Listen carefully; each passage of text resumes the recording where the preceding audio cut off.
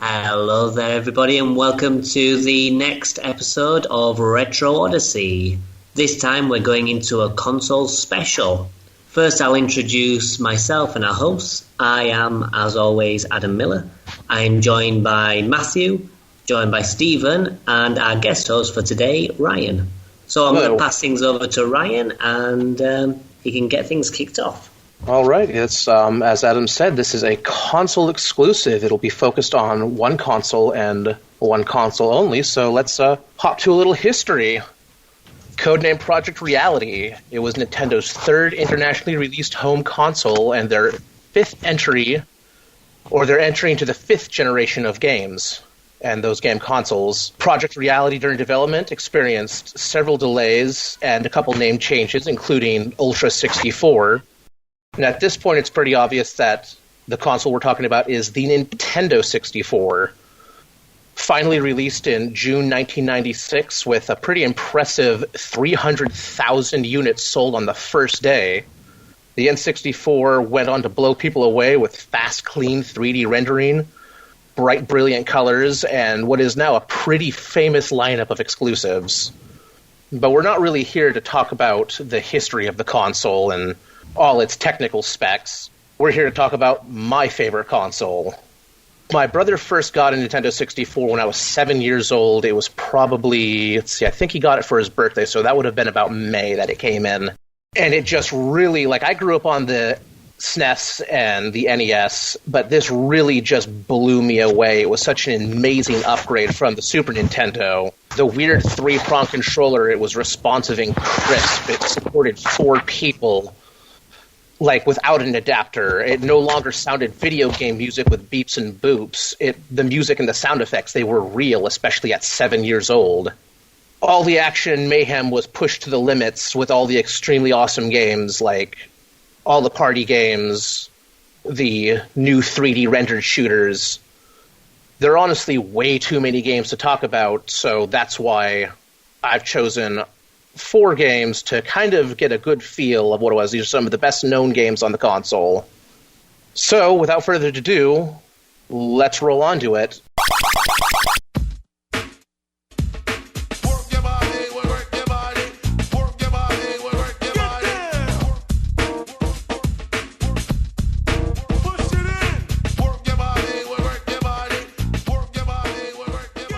We're going to start off with 1080 Snowboarding. It was released in 1998 and sort of launched the extreme sports. It wasn't the very first one. I want to say Tony Hawk came first. I think it might have predated Snowboarding Kids, or they launched right about the same time. But it brought the quote-unquote realistic extreme winter sports, which then evolved into another 1080 title, the SSX Tricky Games. So was this the first, proper snowboarding game then? I want to say it was one of them. Obviously, we've had plenty of other winter sport games. I mean, we already covered, we've talked about Horosco skiing, and I know that there were plenty of other skiing-style games in the past.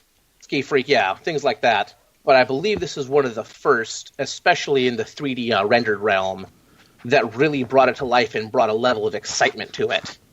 As a kid, this game was hard as hell. It still is hard as hell. You're not joking. I'm not. It really is a difficult game. The input is not snappy. It is, honestly, as far as control goes, it is relatively realistic because you just don't snap back and forth when you're blasting down a mountainside. It's not just turn left and right. There's a lot more that goes into it. It's slippery and icy, so that feels right. You don't get absolutely bonkers amounts of air when you jump. They tried to keep it a little bit closer to Earth.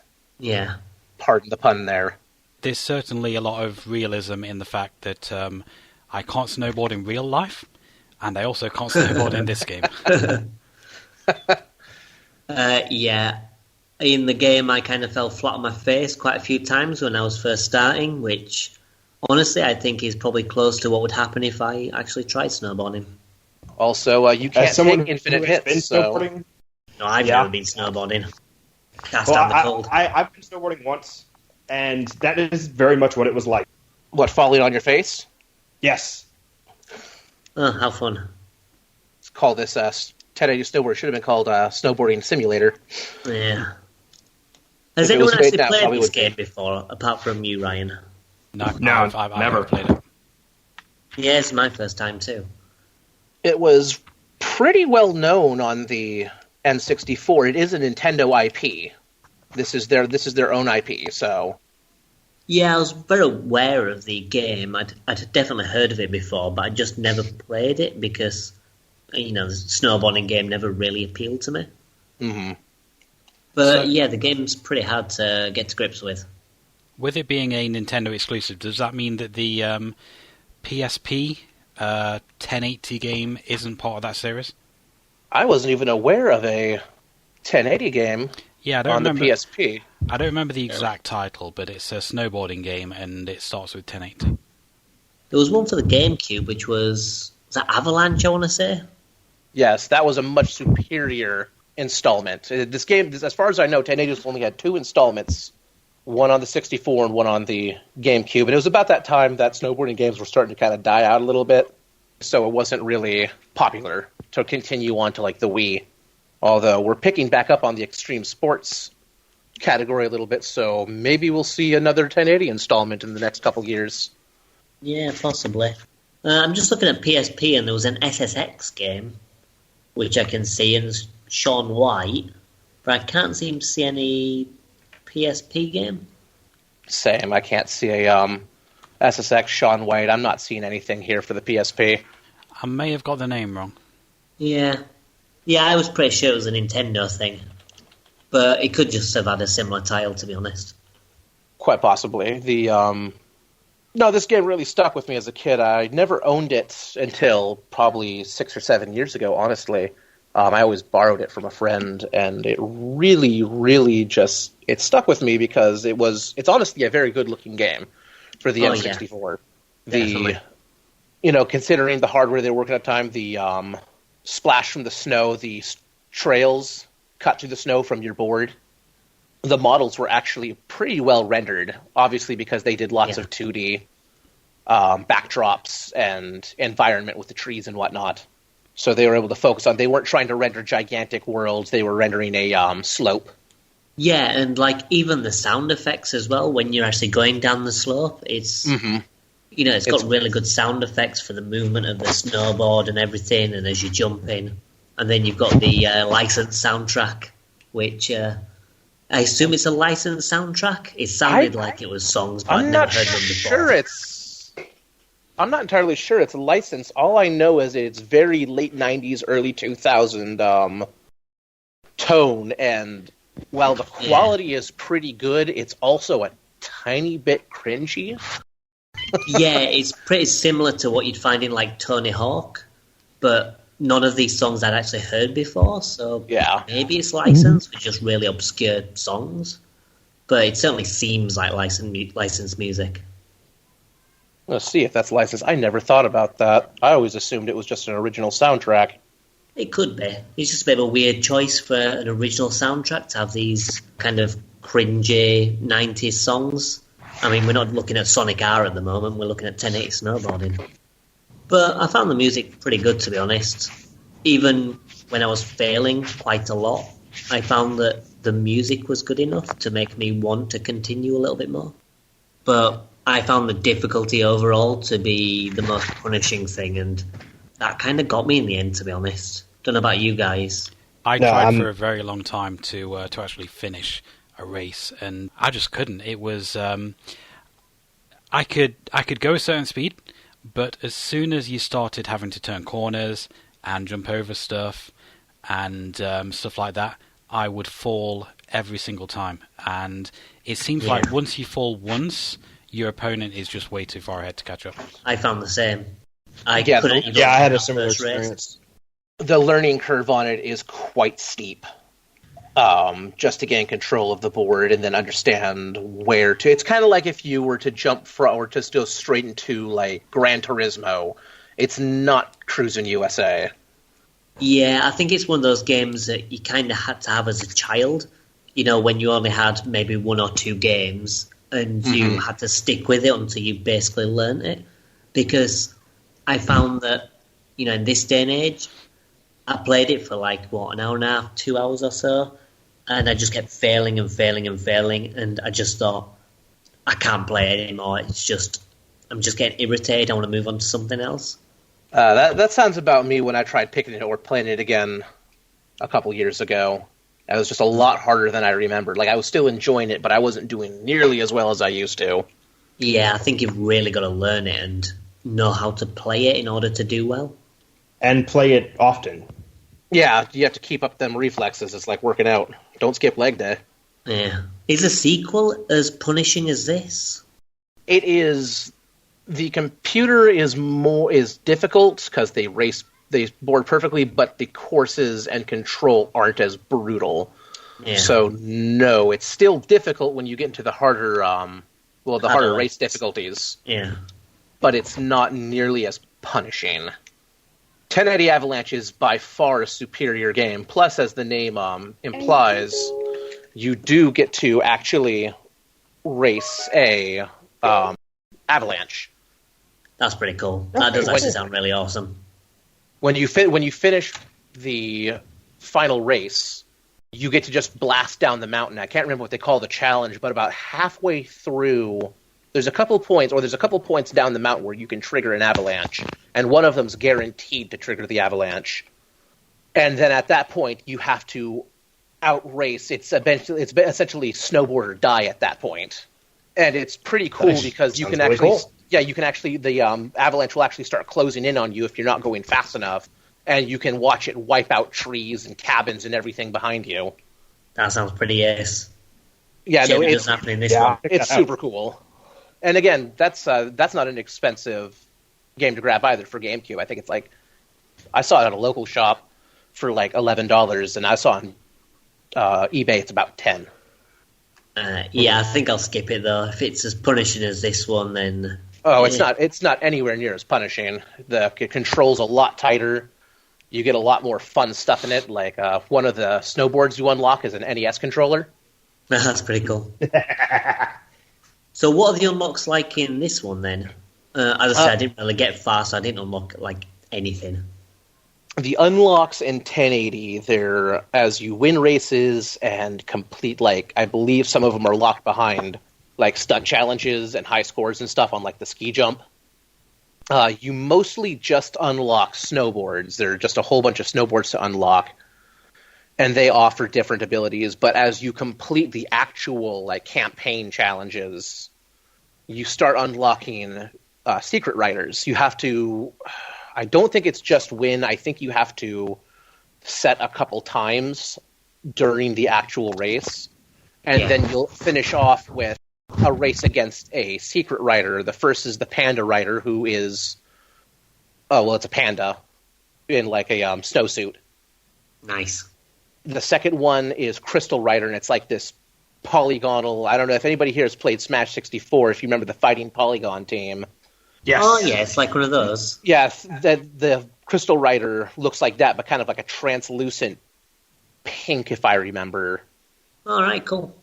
And then the very final race is against the Metal Rider, and he's like bronze. Same design, but bronze. And when you actually unlock those, they just don't come available in the lodge as a select skier. You actually have to input you have to pan across the riders in a certain direction, and then one of them is replaced with that said rider. So, like, the super-duper blonde dude I believe he becomes the panda rider, the Asian chick becomes the crystal rider, and then the big, heavy Japanese dude becomes the metal rider. And they all have their own specific stats, like the panda rider has a really high jump and is really maneuverable. The Crystal Rider is super fast and super maneuverable but has really low stamina. And the Metal Rider can't turn worth a damn, but he can take a beating, and he's also insanely fast in a straight line. Yeah.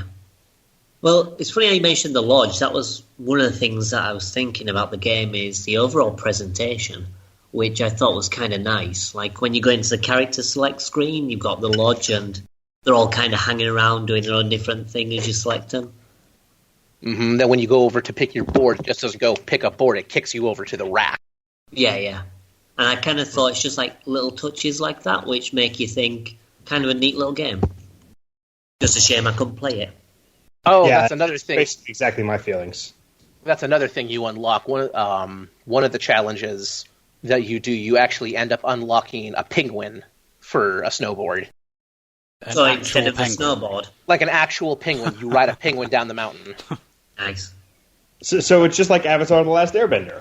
Yeah, no, quite literally, except this came first, so who ripped off who? That's pretty cool. And I know that was the cool thing, is the penguin board actually has very specific stats. There's a couple slopes where you hit ice, so like iced over pavement, or just kind of like an icy section, like an icy cave, and you just start slipping and sliding all over the place, because that's not what snowboards are meant to go over, but the penguin board handles really, really well on them. It goes a little bit slower through the snow, but it grips onto the ice, which is the secret to, I believe, beating the Metal Rider, because you have to do like the village, and I think the slope is called Dragon Cave, and there's like each of them has an icy section on there, and he has to slow down a lot through there because he can't handle very well. And if you have the penguin board, you can just slam right past him. That is amazing. I've just had a quick look on YouTube, and I've seen the Panda Rider on the penguin snowboard, and it's just the best thing. I know. The little penguin really even curves up. Yeah, when you jump in, you see like the front end of the penguin just kind of curve up, like he's bracing himself. Pretty neat. It's a good time. Yeah. I'll say I kind of thought, the overall presentation, the look of it and the feel of it was kind of good. But honestly, I didn't really have that good a time with the game, just because I found it a little too difficult. Yeah, me as well. It seemed to me like it was a lot of good ideas that just ended up being a little too hard. And that's really what it is this almost comes off as more of a proof of concept than more of like a polished game. And that's why Avalanche feels so much better being on superior hardware, having... They had the experience. I think about this one. 5 more years between games. Yeah, I want to say it was about 5 years. So it was a better feeling game. It was a better executed game. But that doesn't mean that 1080 doesn't deserve its note, especially as being one of the extreme sports, which were super popular in the 5th generation of console.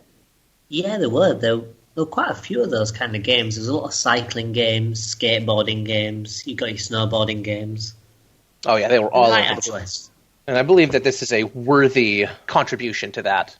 Yeah, genre. It's quite a cheap game as well, isn't it? You were saying. Yeah, 1080 is actually not expensive. It'll run you around $10. I'm not sure if that is with or without case, but I mean, $10 for a game isn't too terrible. I hope sellers have the common sense to charge $10.80 for it. If not, they're missing the trick. That's just missed opportunity if you're not doing that. Exactly. If it's going for a tenner, you might as well. But I believe I've said everything there is to say about 1080. I don't know if anybody else has anything else they want to chip in before we move on to our next selection. Not from me. No. As I said, I didn't really get far enough to talk about like any of the other tracks or anything. All right.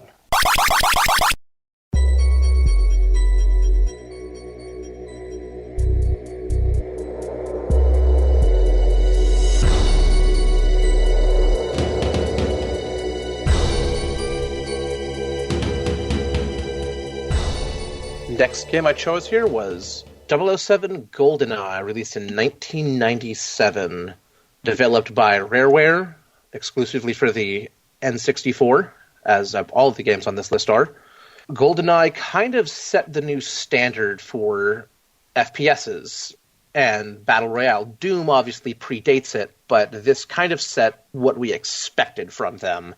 And it only went uphill from there, being succeeded by another 007 game, and a game we covered, I believe, last time, Perfect Dark. No, that was in our very first episode, I believe. Was that the very first episode? Okay, so that was... my favourite games. Oh, that was 2 times ago. Okay, yeah. Oh, you're right. You're right. The last one was the shit game episode, if you remember. I try to forget. No surprise. As do we all. I'm so sorry, guys. I'm so sorry for what I did to you. I think we're all sorry. GoldenEye was a much better game than any of all of those. It wasn't again, this was the start of it. We did see improvement from the team through further games, but it by no means is GoldenEye a bad game, and it was one of the bigger games that really took off that was actually licensed and not shit. That's kind of important, because there were a lot of licensed games that were terrible previous to even this. to this day. Yeah, we still get a lot of licensed games, but this was kind of the upswing at that point. I believe GoldenEye started out as a rail shooter for the SNES, didn't it? I mean, I'm actually not sure about that, but I would very much believe it. Yeah, I think they wanted to do that, and then they upgraded hardware to the 64 and decided that it would be better if people had control of the character. Yeah, partially conceived as an on-rail shooter inspired by Sega's Virtua Cop before being redesigned. Yeah, I thought so. But it's such a weird story on how they actually made it, because it's quite revolutionary, really, because you've got these maps as well that feel like real locations. Mm-hmm. And the team have said in interviews that they designed the locations first and they built the missions around it, which is why you've got this kind of open-ended feel to the game. Mm-hmm. Yeah, I'm not really sure. It's been a long time since I've watched the movie GoldenEye. It doesn't really seem to follow the story particularly well. It mostly just does a lot of name-dropping.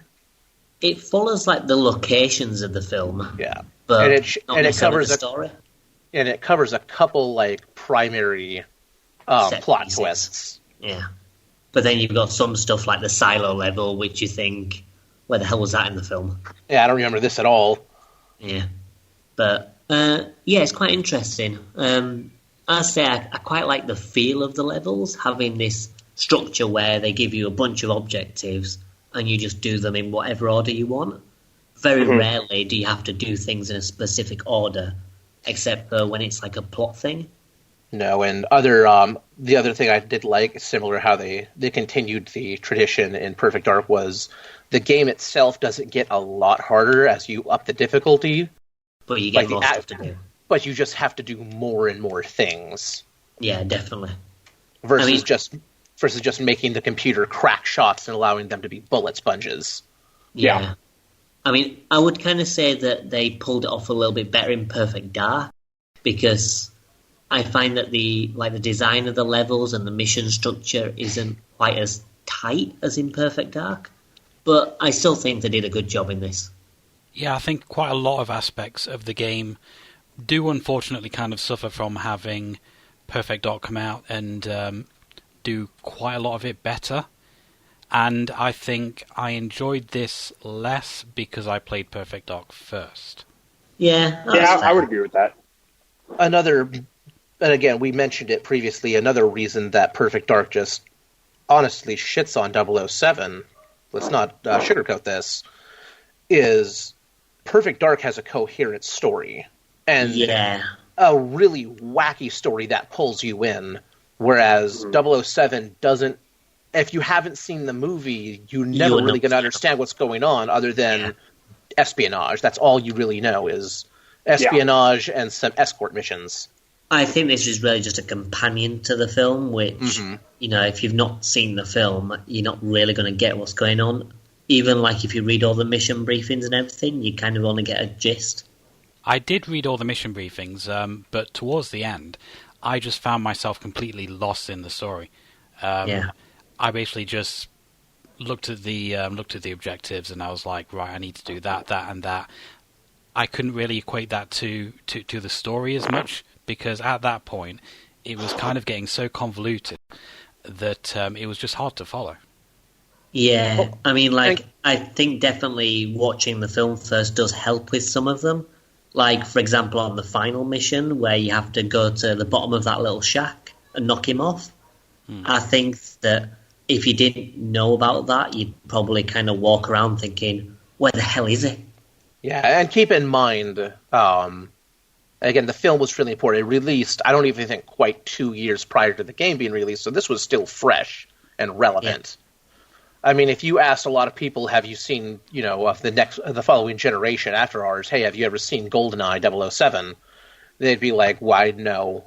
But the James Bond movies that they know are the Daniel Craig ones. Yeah, Daniel Craig ones. Right. But it's still kind of weird, because now that you mention it, the game did actually come out a fair bit after the film. Normally they kind of tie in and come out the same time, but Well, didn't now it this actually come out like same time as Tomorrow Never Dies or something?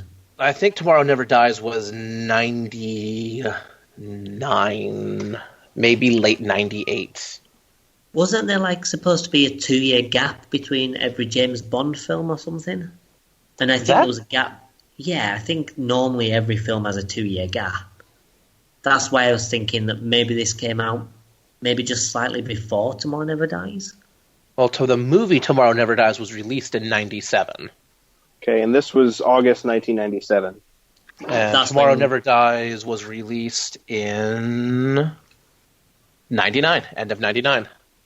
But that was also released on PlayStation. So that got a little bit more, that got around a little bit more. I believe it was still, that actually might not have been Rare that did Tomorrow Never Dies. No, that was EA and MGM Interactive. Yeah, so December 1995 was the film, and August 1997 was the game. Although that may be down to, as you mentioned before, it was originally being developed for a different platform. Yeah. And then they had to, then when the N64 was released, they switched gears. The N64 was supposed to release in 1995 and got pushed back to mid-2000 or 2006. Wow, that's a long delay.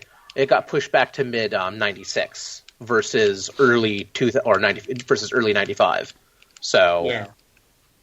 It's still kind of strange, though, because normally you'd have thought the movie company would have had issues with it coming so long after, because normally you tie them in together so that you kind of leech popularity off each other.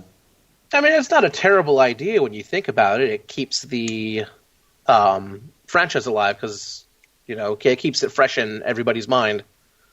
And then the new movie comes out and everybody has a good time. Keep the hype built. Yeah.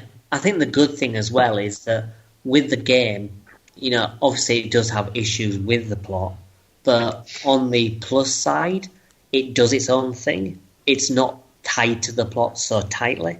Like a lot of video games based on films, they try to follow the film point by point, and it kind of feels like something's lost in the translation, whereas this concentrates on being a video game first. Right. Which is probably a better approach anyway. Yeah, I definitely think that it was kind of better in the long run for it. But enough about the face of GoldenEye. Let's talk about what everybody remembers about it. The watch menu. No, although that was fun. The multiplayer. Well, the watch menu is actually one of the things I don't like about the game. Oh, but it because looks it's so one of those stylish. things where you go into this stupid little animation and you get shot at the same time. It's like, at least pause the game for me first. Right. Time doesn't stop. Yeah. I mean, it's more realistic, but it is a bit annoying. But yeah, the multiplayer. I never really played the multiplayer that much as a child, to be honest. I always played the multiplayer more for Perfect Dark, because in GoldenEye I found it quite limited, that you only could have 4 players. Which, I mean, at the time was good, but it still kind of feels like you go around these big maps and it takes a while to see anyone. Versus Perfect Dark, you can have, 8 bots running around? Yeah, exactly. I think I kind of felt like something was missing a lot of the time if you didn't have a full 4 players. You know, like if you're doing 1v1, you could walk around and just not find each other. Especially if you're on something like, you know, the underground cavern level where everything looks the same. So you can't even cheat and look at the other person's screen. Right. No screen peeking. Yeah. Well, when I was younger, this was kind of like a favourite party game. If I was at a party and the host had an N64, then 4-player split screen we would spend hours on that, and it was a hell of a lot of fun. I really enjoyed the golden gun mode. It's like a one-hit kill, and to be honest, we kind of encourage looking at everyone else's screen and kind of like chasing each other down and stuff. It's a legitimate strategy. I think it was a lot more fun that way. But we played it a lot, and although there was kind of like a lot of slowdown, graphically it isn't as good as a single player, obviously, because you've got to render 4 different players. But I think it really works. I mean, in terms of modern day shooters, yeah, there are a lot of improvements nowadays. But back then, that was one of the only places that you could get together with several friends and shoot each other on a console game, because the internet wasn't really a thing back then. I mean, it was around, but not widely available. So split screen was your only option, and Doom didn't have a split screen option. So No, it had a. Well, and if you were playing Doom on PC, you had to lug your machine around and do a LAN party. Yeah. But GoldenEye was like one of the first FPSs that actually had that feature, and as a result of that, it got played a hell of a lot. And I actually didn't play the single player until we did it for this podcast, but I've played hours of the multiplayer. That's weird, because when I had it, I played pretty much entirely single player and barely touched the multiplayer. I played it like a few times, but for me it was all about the single player, which I just played again and again. See, I was in kind of a weird spot with this one, because this is one of those games that I never played until we started it for this. I had never touched this game before. Oh, congratulations! We popped your GoldenEye cherry. I thought it was a pretty good game. I struggled a bit with some control issues, but I mean I could tell that I had a good game on my hands and just didn't get all the way through it. Yeah. It did do a weird thing where everything was shot from the hip, and being shot from the hip, you didn't have a reticle. Right. And that made it a little weird. And then when you did hard aim on weapons you could, you sort of like just kind of moved a cursor around the screen as you stood there, which felt a little weird. That cursor was really difficult to move around, especially on stuff like the sniper rifle. Oh yeah, the sniper rifle might have been the easiest one to do when you were zoomed in, but trying to actually get hard aims, and it was pretty unnecessary too, because the aim assist in the game is pretty strong, so it's not a huge deal. Well, you're doing something wrong there. The trick is, in the centre of your television, you've got to get a magic marker and put like a little dot, and that's how you do it. And that works for basically every game too. Yeah. But, yeah, I think it's a pretty good game. Like with Perfect Dark, you've got a load of unlockables, which I found to be, a brilliant addition. Like, you can unlock all the multiplayer characters by beating the game, and then you've got all the different cheats to mess around with. Big head mode and tiny mode. Yeah. Like super speed. Yeah. They're all good fun.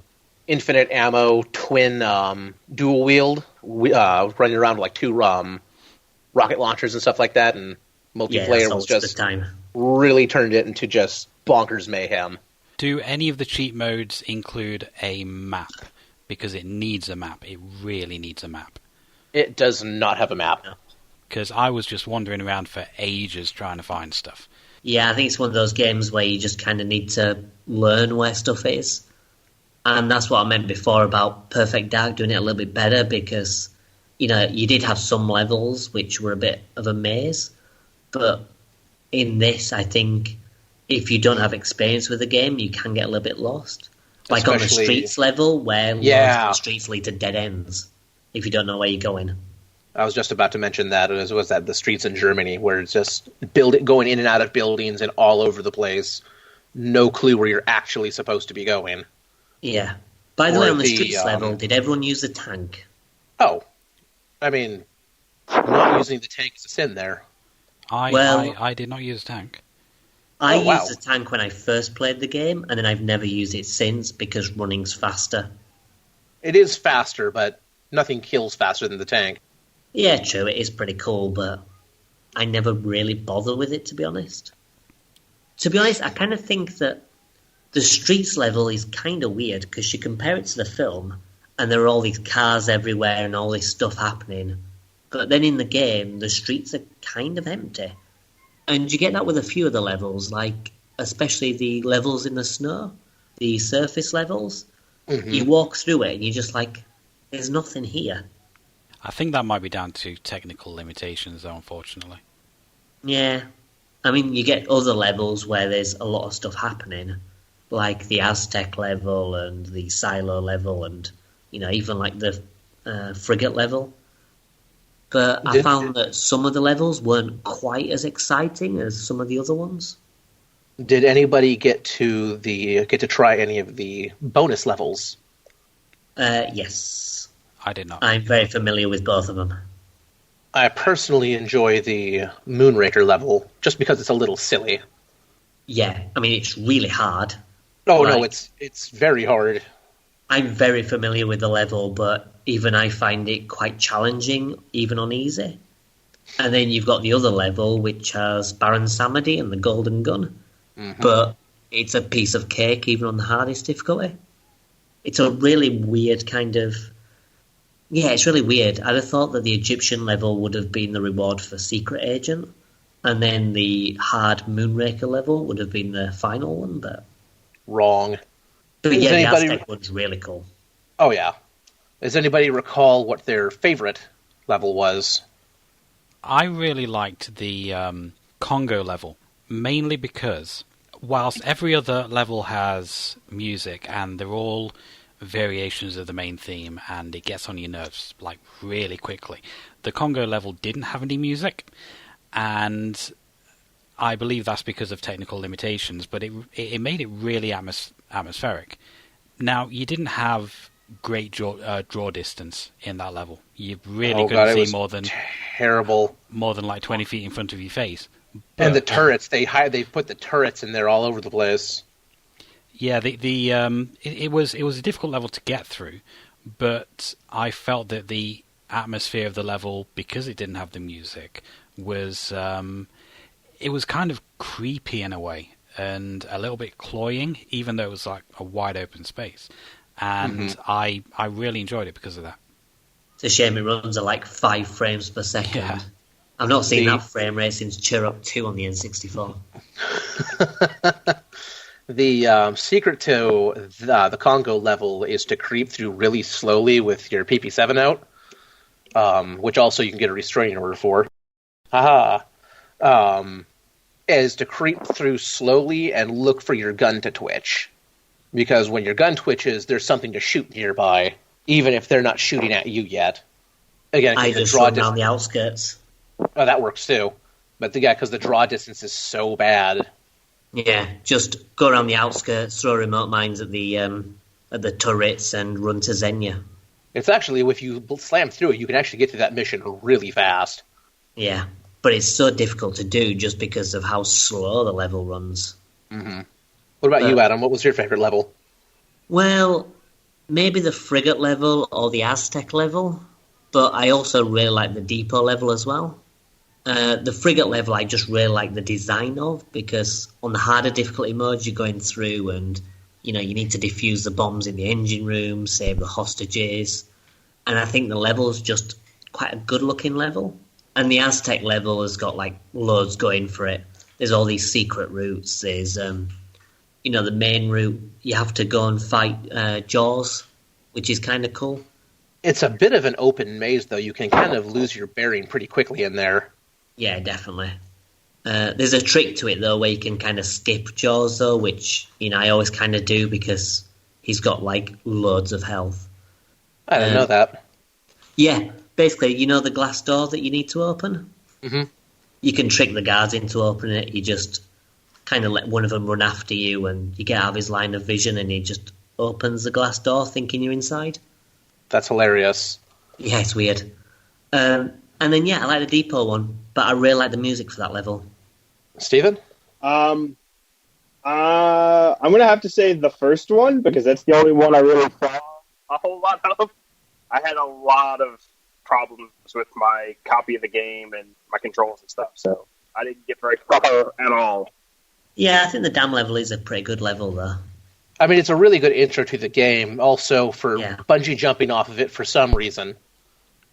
Yeah. Without a bungee rope. Without bungee rope. It's just called jumping. Yeah. Fun thing about the dam level is that the mountains in the distance are 3D rendered. It's not just a texture.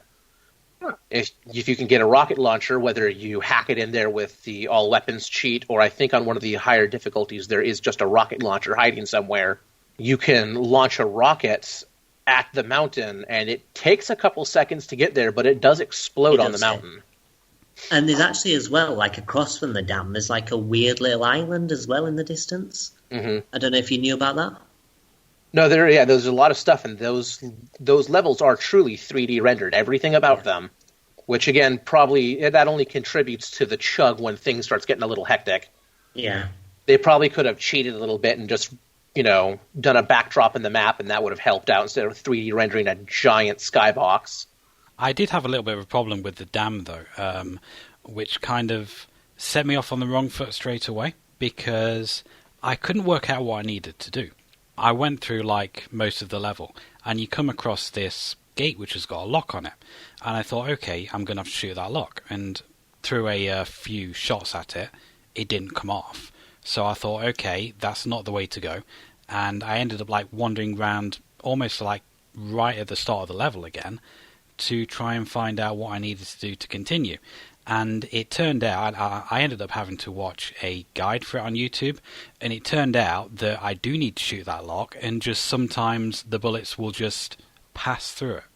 And you kind of like need like several shots to kind of like line up properly, because sometimes it just won't work, even though you're pointing directly at it.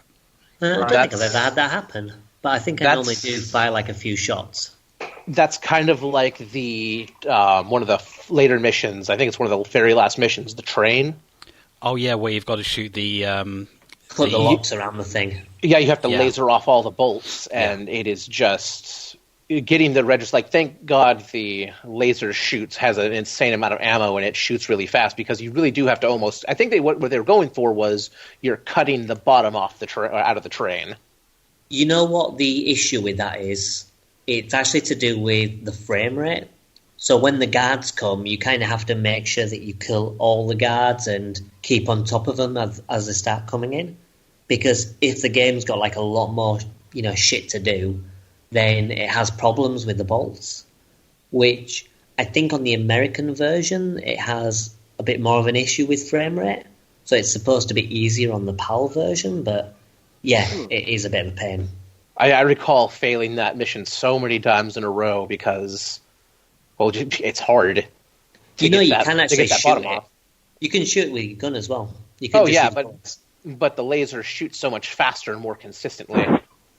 Speaking of the train level, did anyone fail the objective for rescuing Natalia? Yes. I've so many times with Natalia, anytime Natalia's there, I failed it, usually by accidentally shooting Natalia. Yeah. But sometimes she really as well. She really likes to wander in the front of your gun. Well, the thing is, Oramov as well, he's got quite a quick reaction time, so he does shoot her pretty fast. You don't have much time to react. There have been many times I've messed it up just by, missing my shot, and then he's killed her. Every single level that had Natalia in, she died at some point.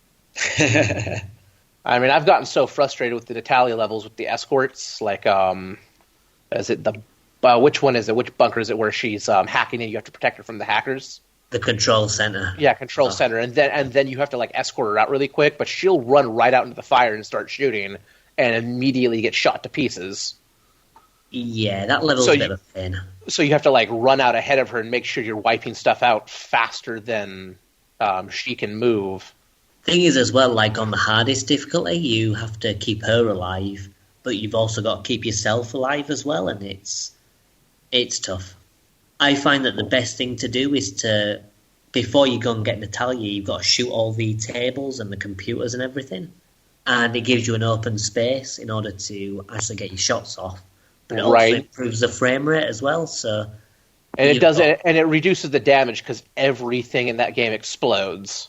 Exactly, as well. So if she's near an exploding thing, it'll hurt her or just straight up kill her. Another thing I found out about 007, this was a really weird design choice, was enemies have set spawn locations.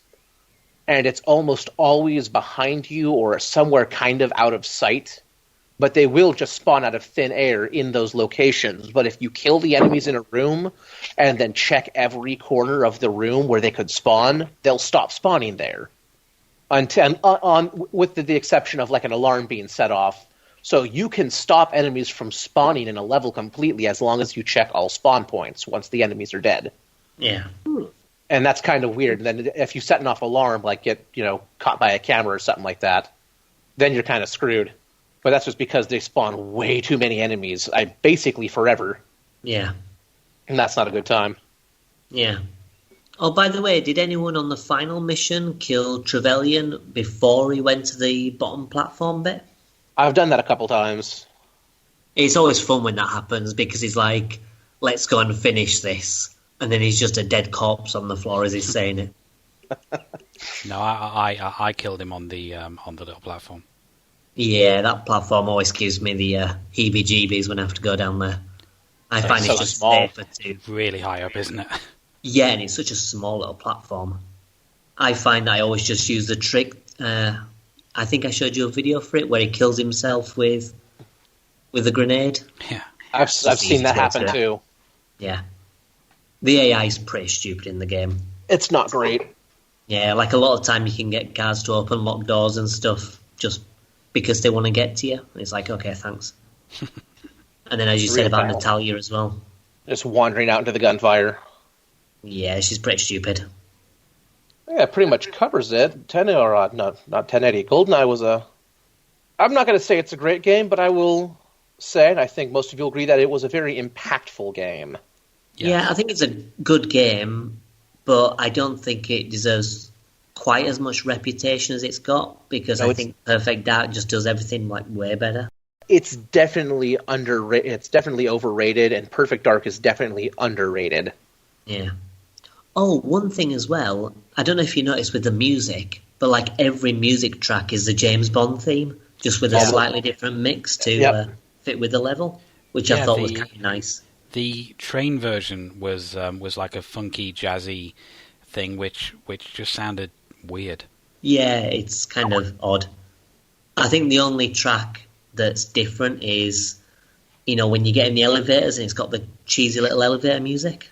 Yeah, but it's like super classic James Bond theme. Yeah. I forgot to mention, my favorite level was also the frigate. I'd have to agree with you, Adam. It was a very tight, well-designed level. And I think because it's so much smaller than the other ones, it runs better. Yeah, so, definitely. Just throw that out there. Yeah. But like with the music, I think the music is like really good, even if it is just like the main theme over and over again. Just remixes upon remixes. Yeah. If you've got time, you should check out Golden Fly, which is like it's the music from James Bond, but with rap music placed over the top, and it's really good. You shared some of those, and they were amazing. Yeah, there's one for like every single level, like even the game over screen and stuff. It's got like these rap tunes just over the top by like Dr. Dre and other rappers, which I don't remember the names of because I don't really listen to rap. Good fun time. Yeah. But it's pretty cool. They've actually done those with a bunch of different music tracks. There's one for Ocarina of Time, which is pretty good too. I have to check that one out. I think there's one for Final Fantasy VII. Oh, no, I really have to check that one out. Yeah, I think that one's done by Teamwork. But, yeah, check them out. They're pretty cool. All right, well, if that's all there is to say about that right now, I think we'll take a quick break and move on to the next title. Okie dokie.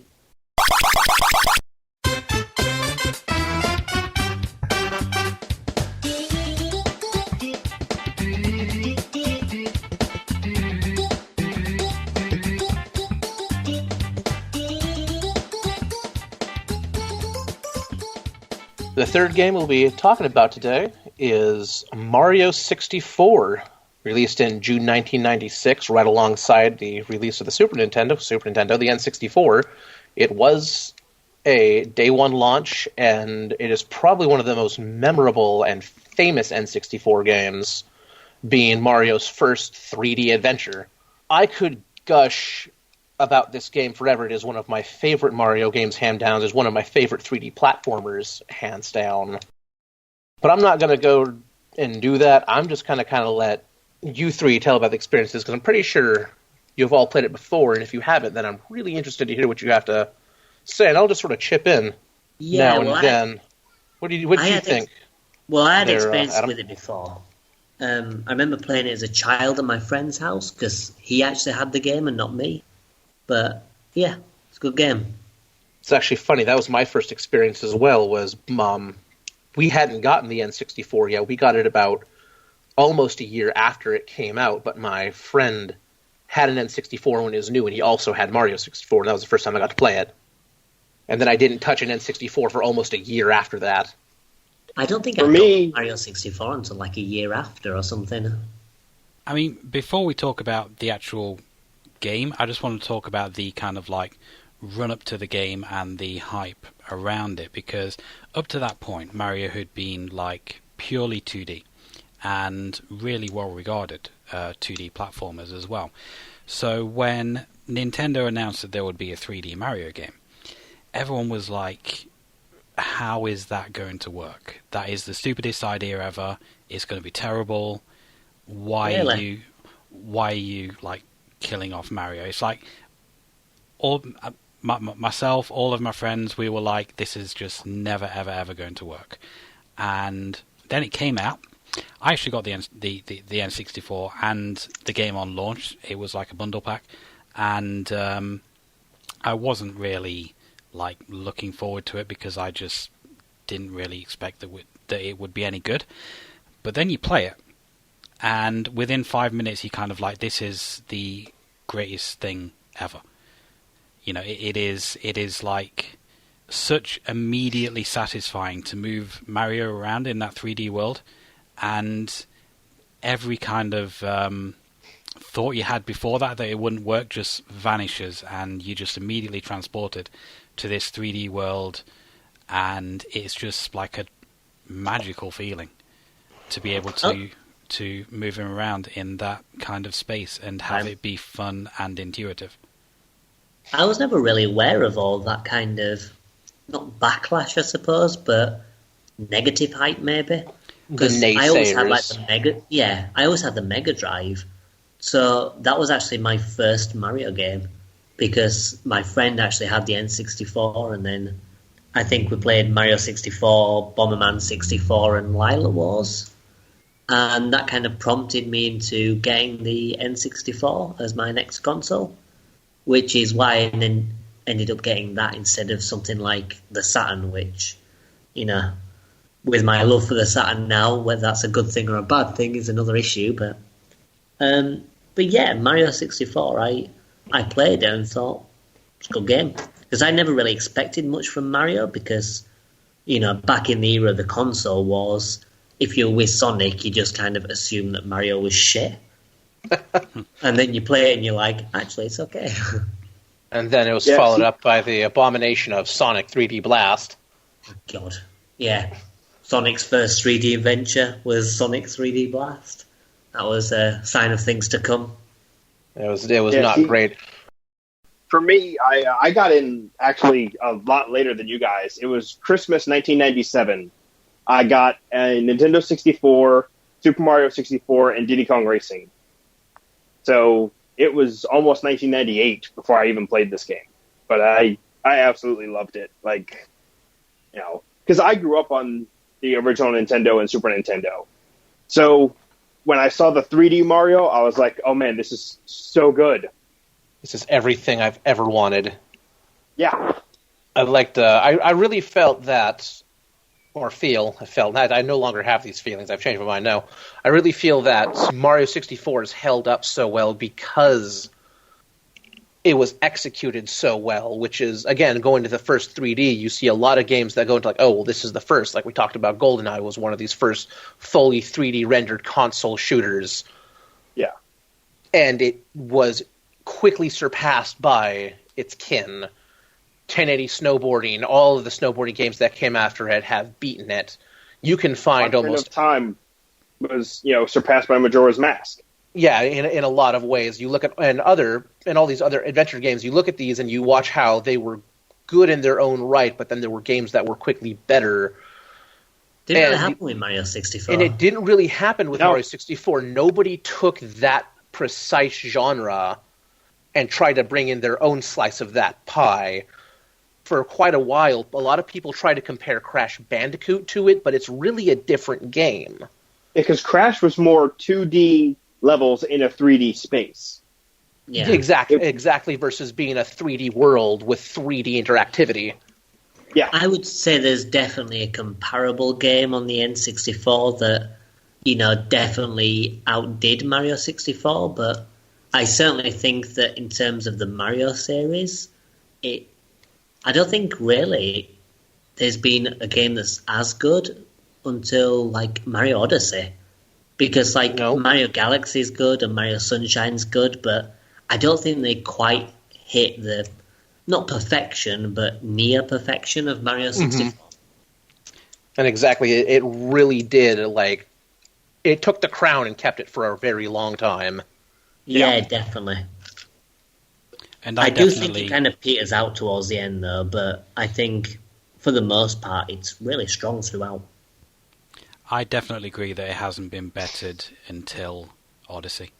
And the nice thing is in Odyssey, spoiler warning for anybody who hasn't played Odyssey or beaten it yet, when you hit the Mushroom Kingdom in Odyssey and go to Peach's Castle that plays the classic theme, that was just like a nostalgia blast for me. Yeah, well, especially when you can get the N64 skin. Yeah. And then you jump in the paintings as well to find bosses. And it was all great. When I found the metal cap skin, I still haven't changed out of the metal cap outfit. Yeah. In Odyssey, but Mario 64 did so many great things. It evolved the power-up system while keeping it essentially the same. Yeah. You don't get a fire flower, there is no mega mushroom, they do have one-ups that pop out. Caps, really, aren't you? But you have the 3 caps, and at least in one level, you have to mix the caps. That's in, not Jolly Roger, Dire Docks. You have to mix the invisible cap with the metal cap so you can go through a grate under the water. Yes. And that's just quite brilliant. And then if you're like me as a kid and you Game Shark it, you can have like a metal flying cap and other crazy stuff. Combinations, yeah. Although I will say that flying cap stage is really annoying. Like the one where you actually have to get the flying cap, or are you talking about the cloud stage up by Tick-Tock Clock? Well, to be honest, both of them are kind of annoying. The one by Tick-Tock Clock is the worst, though. That is fair. Because the only thing that's there is 8 red coins, I think. Yeah. But like with those flying ones, I find that when you fly, there's like occasional gusts of wind that burst you up higher. So you're aiming for these coins, and then suddenly you go whoosh, and you're like, shit, I've missed it now. Yeah. Yeah. So which is actually funny because overall the flying was relatively well designed. It's more like the levels weren't designed around the flying. They did a good mechanic on the winged cap, but then they didn't put puzzles around it appropriately. Yeah. To be honest, I kind of think the metal cap was the one I liked the most, and then the others were just kind of there. Well, that and the metal cap theme was the really good. Power Star theme, but like heavy metal. Yeah. Although despite not really liking the power-ups too much, I found that the levels were good enough to just enjoy anyway. Like, especially the lava world. I think that was probably my favourite. But I also quite like the snow level quite a lot as well. The snow level. Just for like the penguin race. Snowman, was it the Frosty Snowland, which is the one with the big... The one with the big penguin where you're racing it. Yeah. I don't remember the level. Oh, Tall Mountain. No, Tall Mountain's later. No. Tall Mountain is cool though. It's like the very first snow level, and I think it's either the second or third level you can get into. They had fun names. I don't remember. It'll come back to me. I don't remember the name. But there's one where you've got to rescue a baby penguin, and then it's you like just drop right him off next. the cliff. Well, the thing is, it's like right next to the mother, and then you pick it and take it up to the mother, and she's like, "That's not my baby. Get it away from me." And you're like, "Okay." And later on in life, you're going back and playing that, and you're like, "Wait a minute, then whose baby is this?" Exactly. But I think overall the level design throughout the game is just brilliant. Yeah, it was just very, very well done.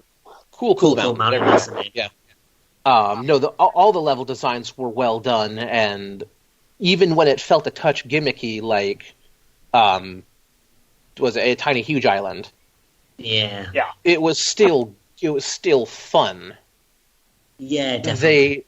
they did the races in the game where you have to either race in your time down the slides, which was always my favorite part, was the 2 slide levels.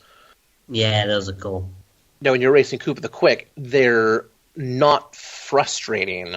So many games have done the race the NPC down the slide or across the whatever. And the first one that you have to do is not that bad, but then the second one is just controller breaking hard. Yeah. I mean, Donkey Kong 64 is notorious for having a race, like, half of the zones have a race in them, and the second time you approach the race for another banana coin or whatever you're getting from it is just the most frustrating, angering BS in the game. Don't worry, I'm sure at one point we'll play Banjo-Tooie, then you'll see what frustrating race is all about. Once you get to Canary Mary, you'll see.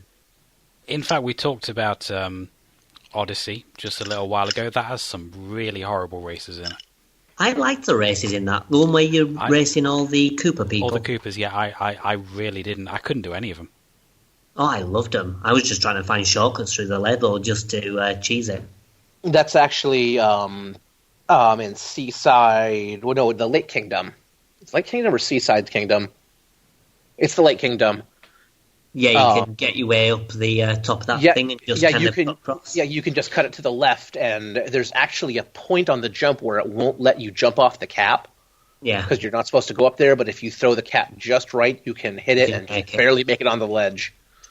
And like same with the Cooking Kingdom, whatever it's called, Luncheon Kingdom.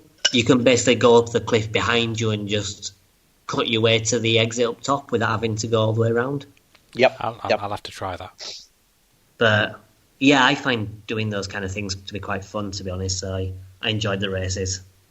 But again, like in Odyssey and in 64, they weren't unfair. Yeah. They were difficult, but they weren't unfair, where one little the tiniest mistake means you're done. Yeah. One thing I quite liked about this game was how much leniency it had with certain things, like with the 100 coins. There's not exactly 100 coins in the level. There's, like some there's 105, some there's 145, but you only have to collect 100, so it's not a stressful experience. It's not like, for example, Mario Sunshine, where you have to collect 100 coins, and you think, I've not seen any bloody coins on this level, where are they? And they're all like hidden in stupid places, and it's quite a stressful experience. You're talking about Noki Noki. I'm talking about quite a few of them, to be honest, because there's a few levels. I mean, Noki Noki is quite notorious for it. Yeah, because all that stuff's in the cliffside. But even stuff like the one with the hotel, you've got to collect a specific number of coins before you go into the hotel, and then another specific number before you go into the casino. And I find that to be quite obnoxious because it's, you've got to be very specific about it. But in Mario 64, it's just like, have fun, go and find these coins, and we'll give you a star if you collect enough. Yeah, it's not a mission, it's more of a bonus. Exactly. And I kind of think that the game kind of benefits from that because it's still a challenge, but it never feels like it's punishing or it's something that you have to do as like a chore. Even on the likes of Rainbow Road, which has its issues, it's still very much doable to get 100 coins on it. Mm-hmm. Another notable thing about the game, I felt, was the music. The OST was fantastic. Yeah, definitely. Yeah, absolutely superb. Probably my favorite track is Jolly Roger Bay. I absolutely adore that track, and one of the things I love about it is it changes slightly depending on if you're in the water or if you've gone ashore. Whereas you're in the water, it stays a very soft melody, but like when in Jolly Roger Bay, when you go underwater into one of the caves, it picks up a beat and picks up the tempo just a tiny little bit. Yeah. And shifts the melody. Or like when you go in Dire Docks, when you leave the first area and go ashore by the submarine, it does the same thing. But you can go right back and switch the music back. Yeah. I think my favorite music is race music, actually. Yeah. It's definitely catchy. That's quite cool. Yeah, it did have a lot of music. Which I believe the race music is not the race music, the same track for Rainbow Ride. Yes, it is. Yeah, it is. Probably one of the worst levels in the game, or worst zones. Yeah. So, what did people not like about the game? I mean, Rainbow Road's definitely up there, and, I'm not a big fan of TikTok Clock either. Off the top of my head, I mean, I liked pretty much all of it. I mean, I've never actually gotten 100% like right to the end, but I've got like probably about 75-80% into it, and do you just mean the stars, or do you mean through the levels? Through the levels, and while there are some frustrating sections, the game kind of lets you choose your own level of challenge, because you can get like the bare minimum number of stars to unlock the next level, or you can go for 100%. So if there is something that you find terribly frustrating, you can do something different. Yeah, you can usually just skip it. So there isn't really anything for me that springs to mind that I really dislike too much about the game. I always kind of thought that was one of the biggest points about Mario 64, is that you have to get 70 stars to beat the game, and you can get any 70 stars. Yeah. There's no requirements. And I think that Mario Sunshine kind of messed that up, because you've got to get the first 7 stars in every level. And I like having that freedom of choice, because, as you say, if there's a star you can't get, you can just get another star instead, and you can do what you want. I concur with that. It really did open up. And the other thing was, a lot of stars, it actually allowed you to get them out of order. It would give you the clue for the next star, but if you could, if your maneuverability was good enough, or if you just went exploring, you could easily find a different star. Yeah. Assuming it wasn't locked behind a cannon or something like that. Well, it's interesting, because the game kind of encourages you to do that. Because the very first level, the first star you see is behind that cage with the chomp, or whatever it's called. And, as soon as you get it, it's actually the last star for that level. So then you see a list of all these blue stars, and you think, there are all these stars in the level. So it encourages you to go exploring and find these other ones. Yeah. And it's like genius, really. And then later on, as the game, as you get better, doing wall jumps and triple jumps and all that good stuff, find out you can long jump basically anywhere.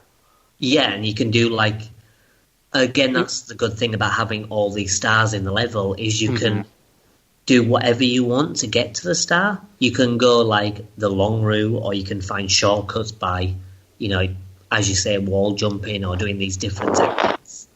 Later on later playthroughs through the game, it's quite. Then you start making your own challenges of, can I get this star? I need a cannon to get to this star. Can I get to it without that star or without that cannon? Yeah. I'm supposed to take this route to get to this area, but I bet I can manipulate, and bypass it. My environment to skip all this. Well, like the teleporters. Yeah. Yeah. The hidden teleportations. Those are always fun, too. Especially the first time you find one. Yeah, on the first level to beat that race. Doesn't he call you out for cheating if you use it? He calls you out for cheating if you use the wing cap, I believe. Okay. Yeah, but I always pass the race using that teleport, and he never says anything. One thing that I wasn't as fond of is the Bowser fights. I think the Bowser levels are really well designed, but I think the Bowser fights are quite anticlimactic, especially since you're doing the same thing every time. I feel one of the problems, again, it is a little repetitive, and then the final Bowser fight is throw him into a bomb 3 times.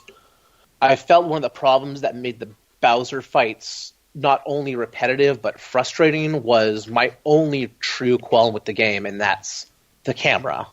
It's not a smooth camera. It picks angles to go around you, and it's never the right angle. It's always just off a little bit. And also, as well, I find that it's kind of stressful doing the twisting of the analog, because those analogs are very fragile, shall we say.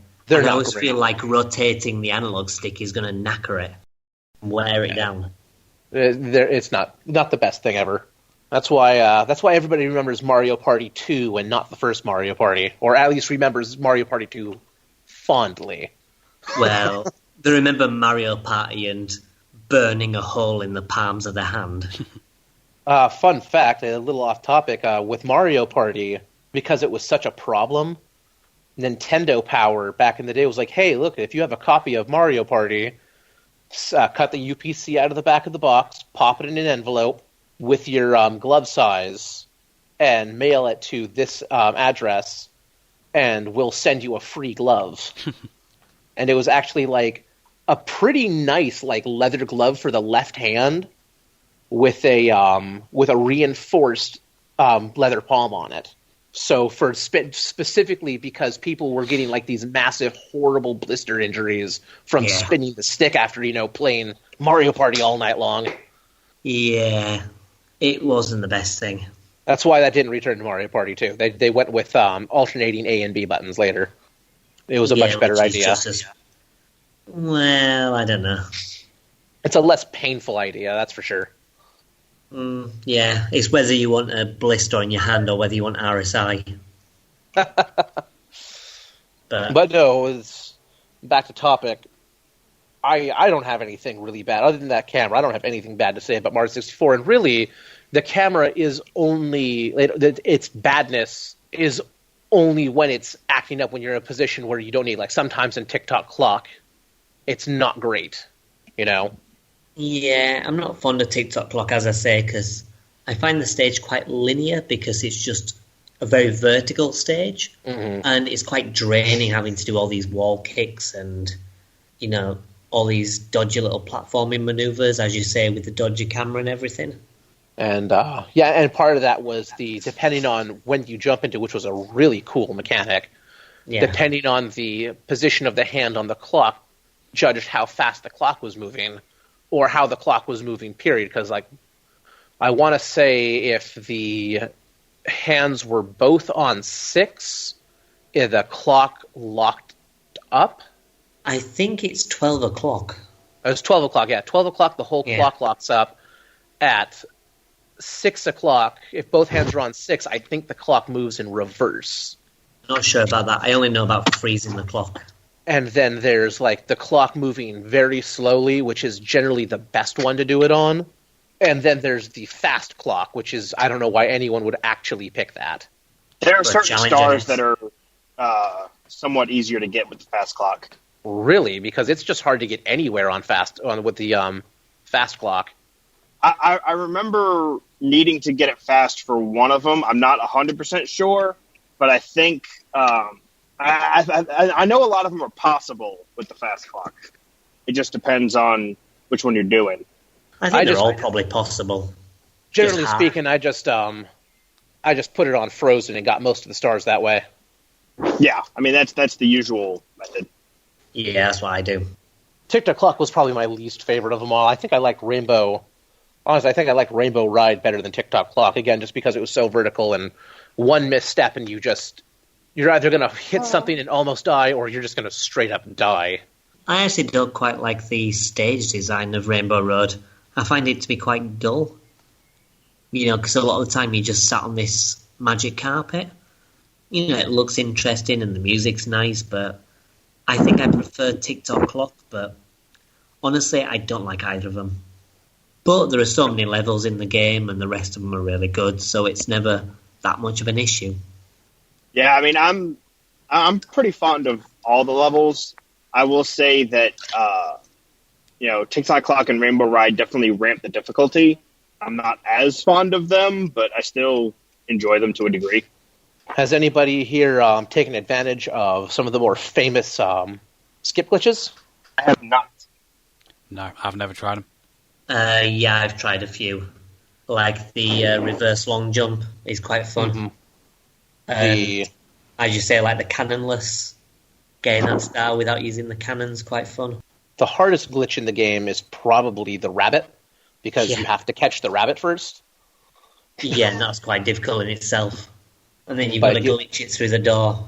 And you have to drop it in the door and then pick it up and then crawl in the door a little bit and then pick it up and drop it again, and it shoves you It shoves you out through the door, and then you can grab the rabbit through the wall.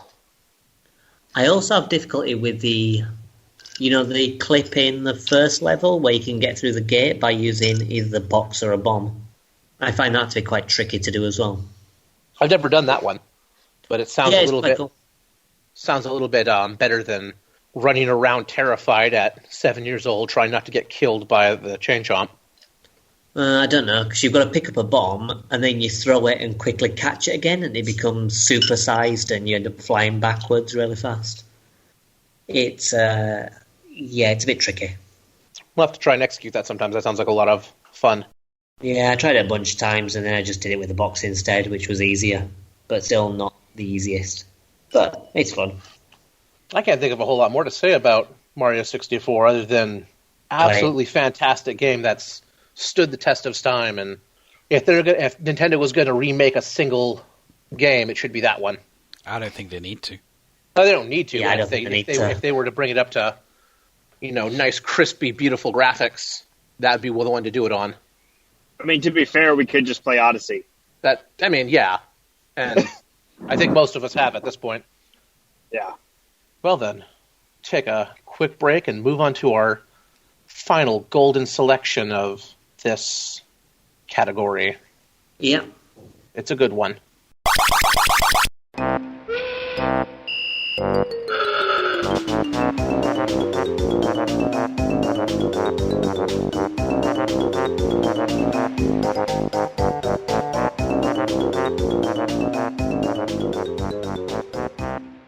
The final selection on our Nintendo 64 console special is the well-known, well-loved Banjo-Kazooie. This game, also developed by Rare, and one of the first Rare... It was the first Rare collectathon, and spawned many games, and really kicked off the genre as a whole, was released in 1998.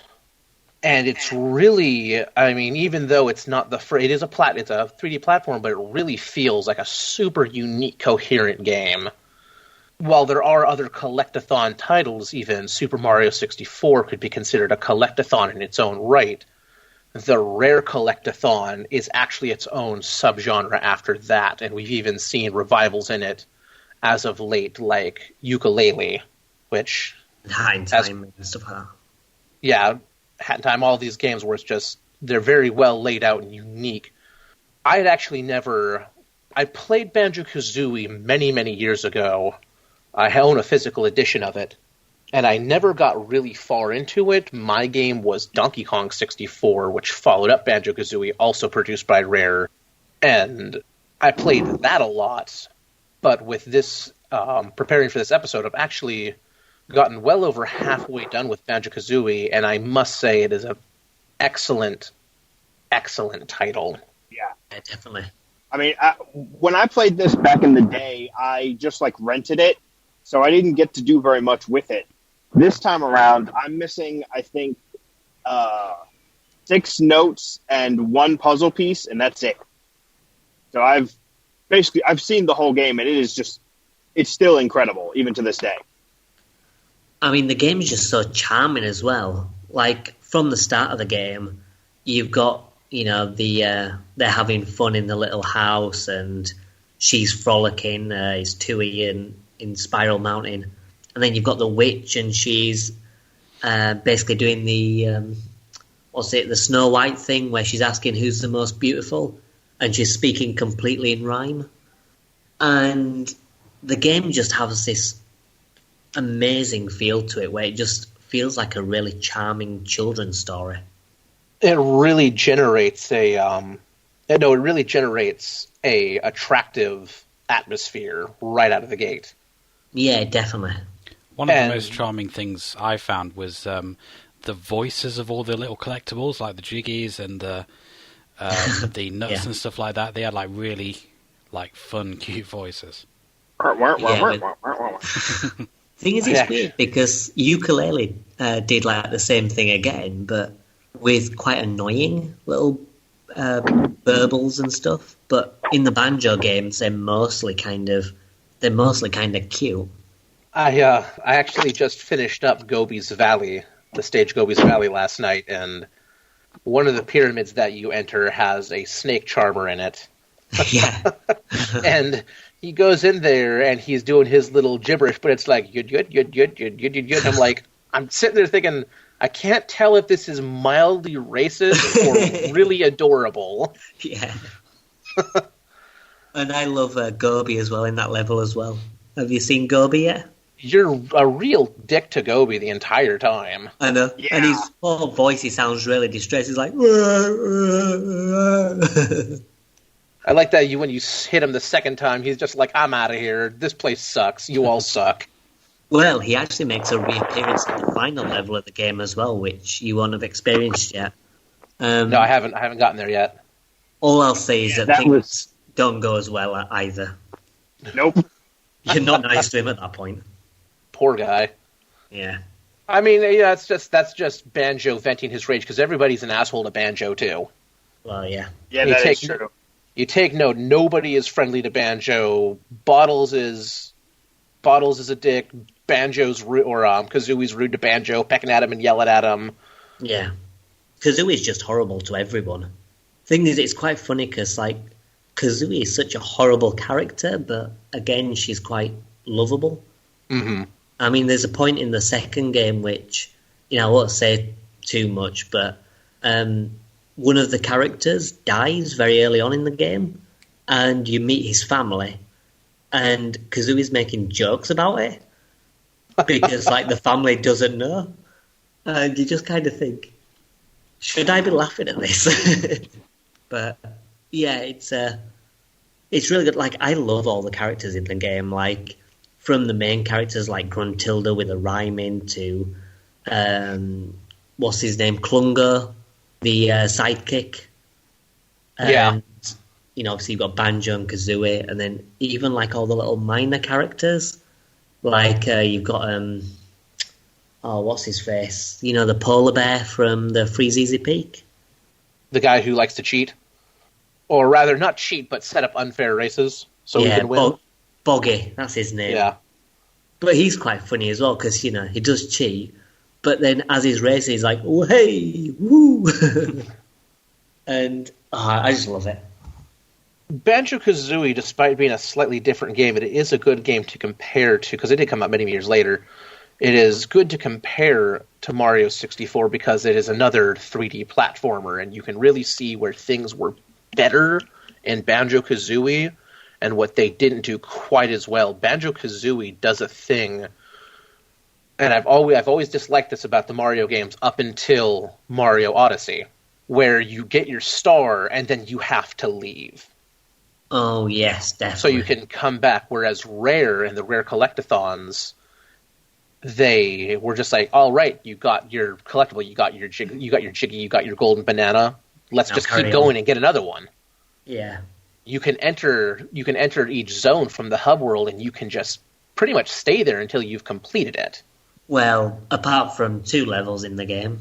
Yeah, that was a little annoying, but not the worst thing ever. It always throws me off that on Freeze Easy and Gobi you need a move from the other level, which they're the only 2 levels like it, and I kind of feel like it spoils the game a little bit, just because the game kind of feels very tight, and that you can do each level and then move on to the next. And then those levels just throw things out of the mix. It does throw it off just a little bit.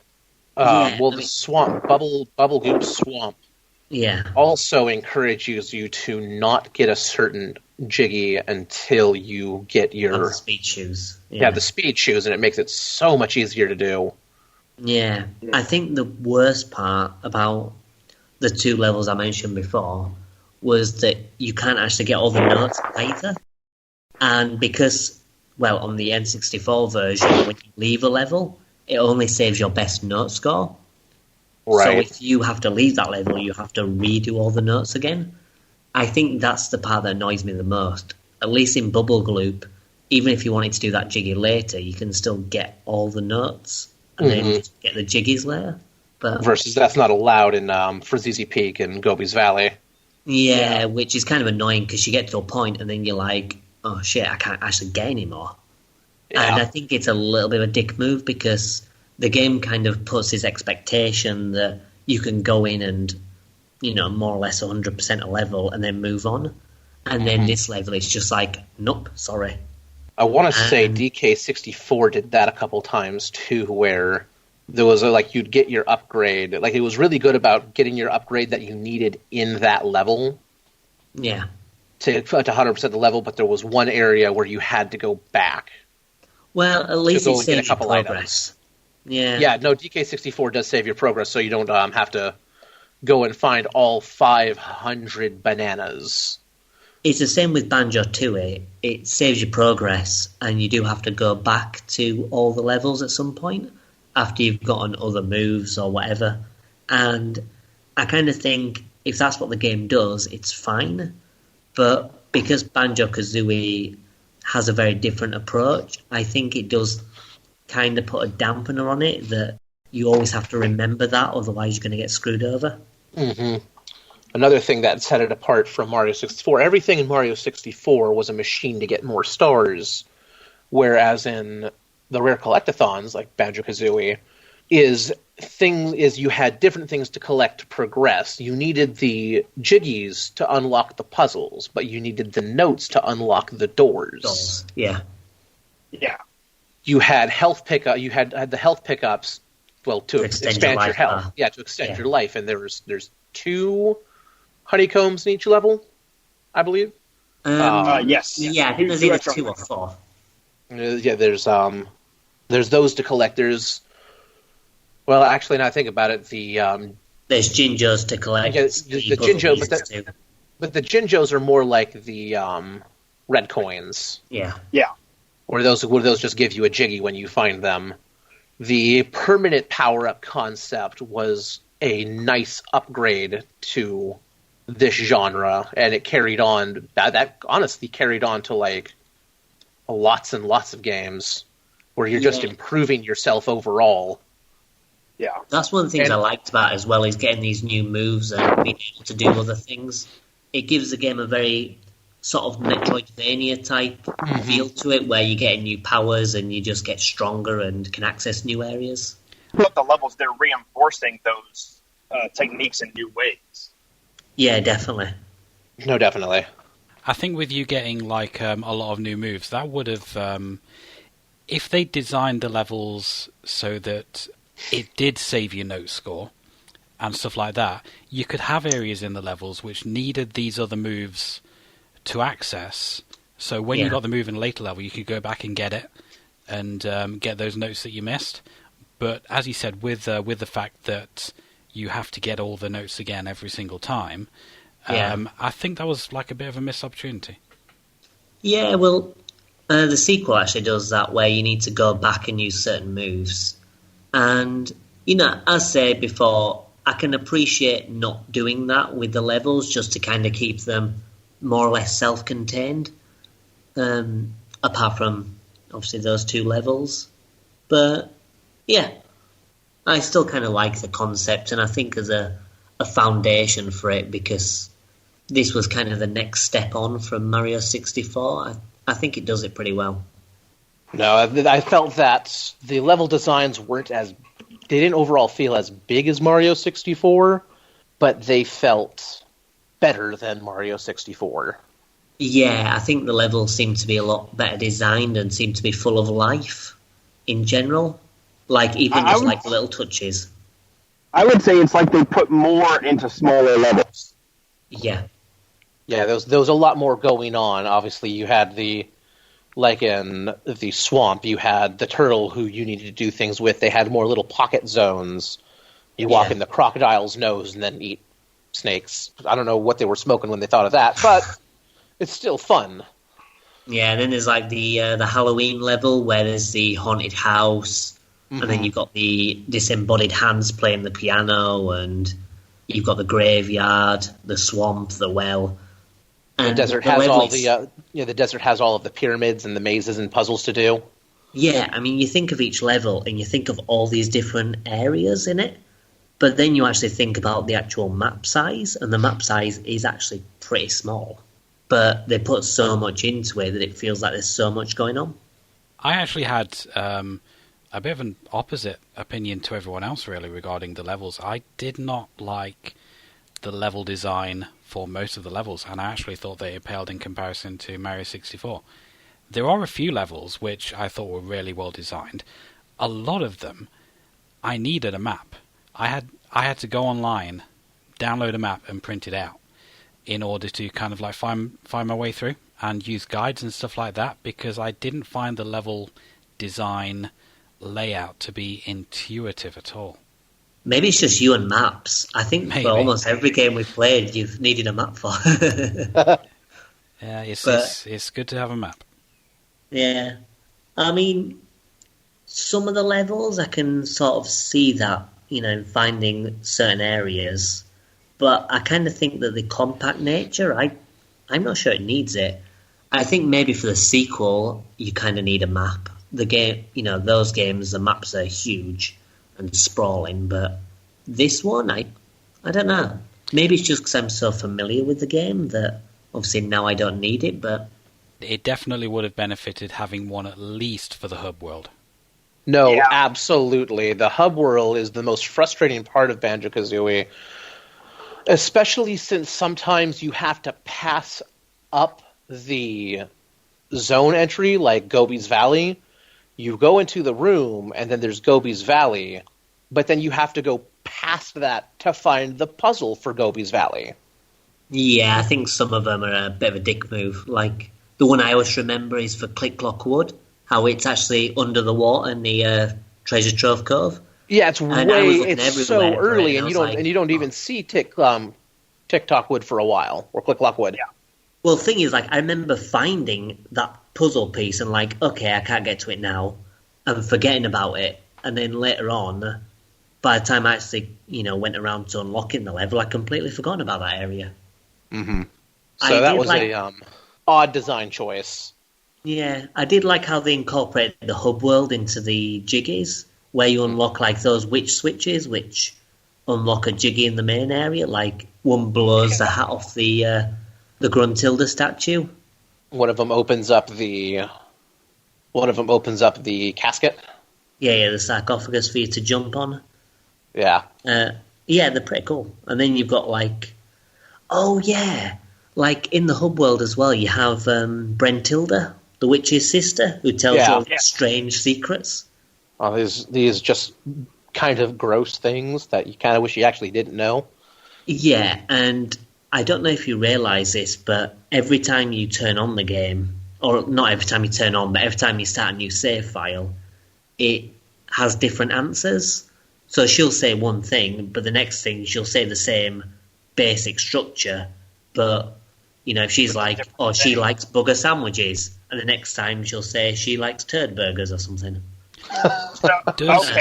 Does that change the answers in the quiz at the end as well?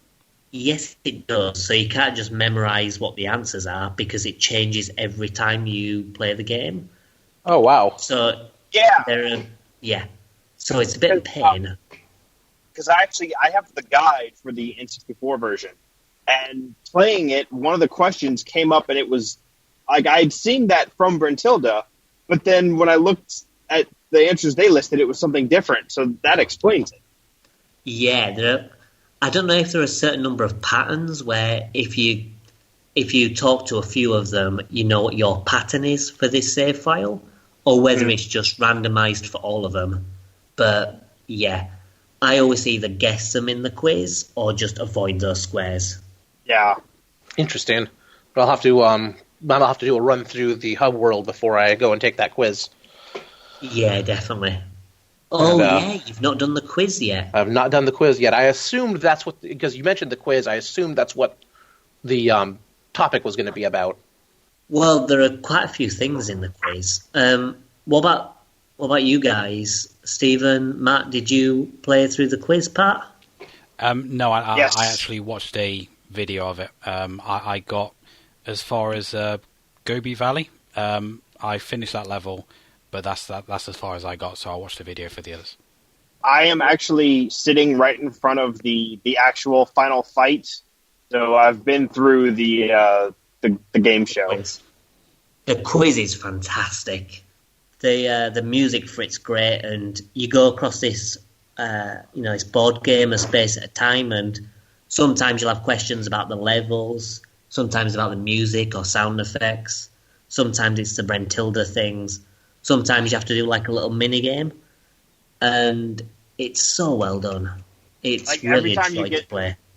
Every time you get something right, the crowd boos. Every time you get something wrong, they cheer. Yeah, and then you get like damaged a little as well. You mentioned the sound effects while we're on that subject. Has anyone noticed that several of the sound effects are also used in Crash Bandicoot? I'm not familiar with Crash Bandicoot, so I'm not Same. sure. Never had a PlayStation growing up.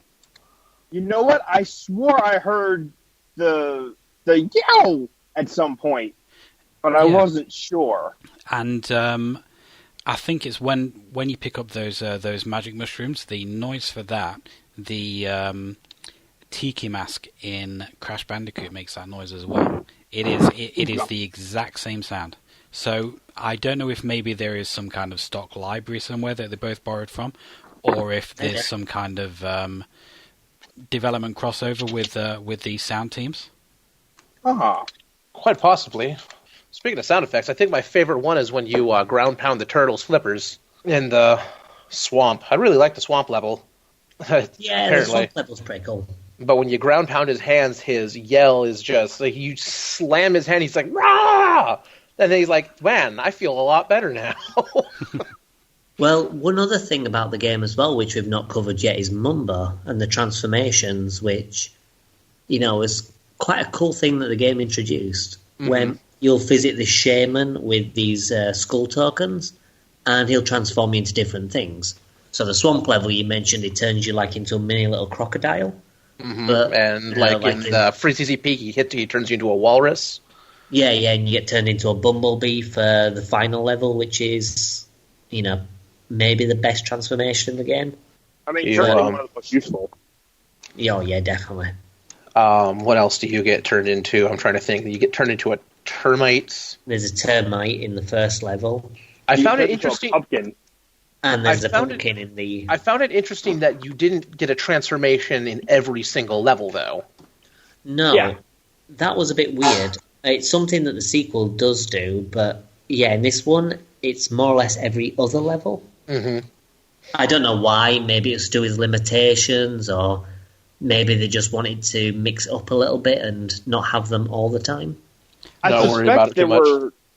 I suspect there were some that they cut, because if you look at the Mumbo tokens you need to activate them, there's a lot more of those in the game than you need to get all the transformations. But that could be like with Mario 64's coins, where they just, throw in extra ones to make sure that you have enough. Right. Yeah. And I believe Donkey Kong 64 did that too, because you need banana coins to give to Cranky, and he gives you powers and whatnot. And there is way, way more banana coins than there are buyable upgrades. Oh, okay. So that might have been the thought behind that. It was just to make sure that you could do it. Yeah. No, it was. I was going to mention that earlier, and that compares to Mario 64. That's closer to the cat power-ups, and how it's just sort of this specific thing that you need to do either to get a specific Jiggy or get notes in that level.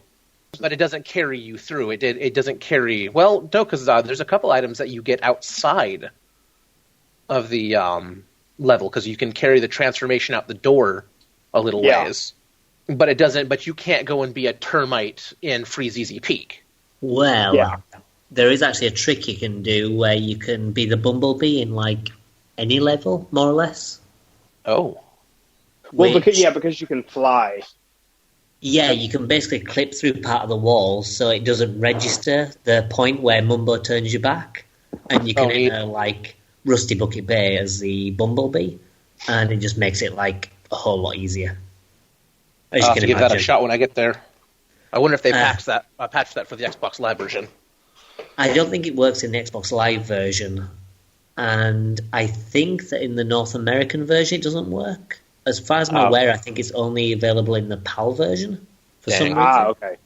But you should definitely watch a video on it. It's called the Reverse Beat Adventure, and it's pretty cool.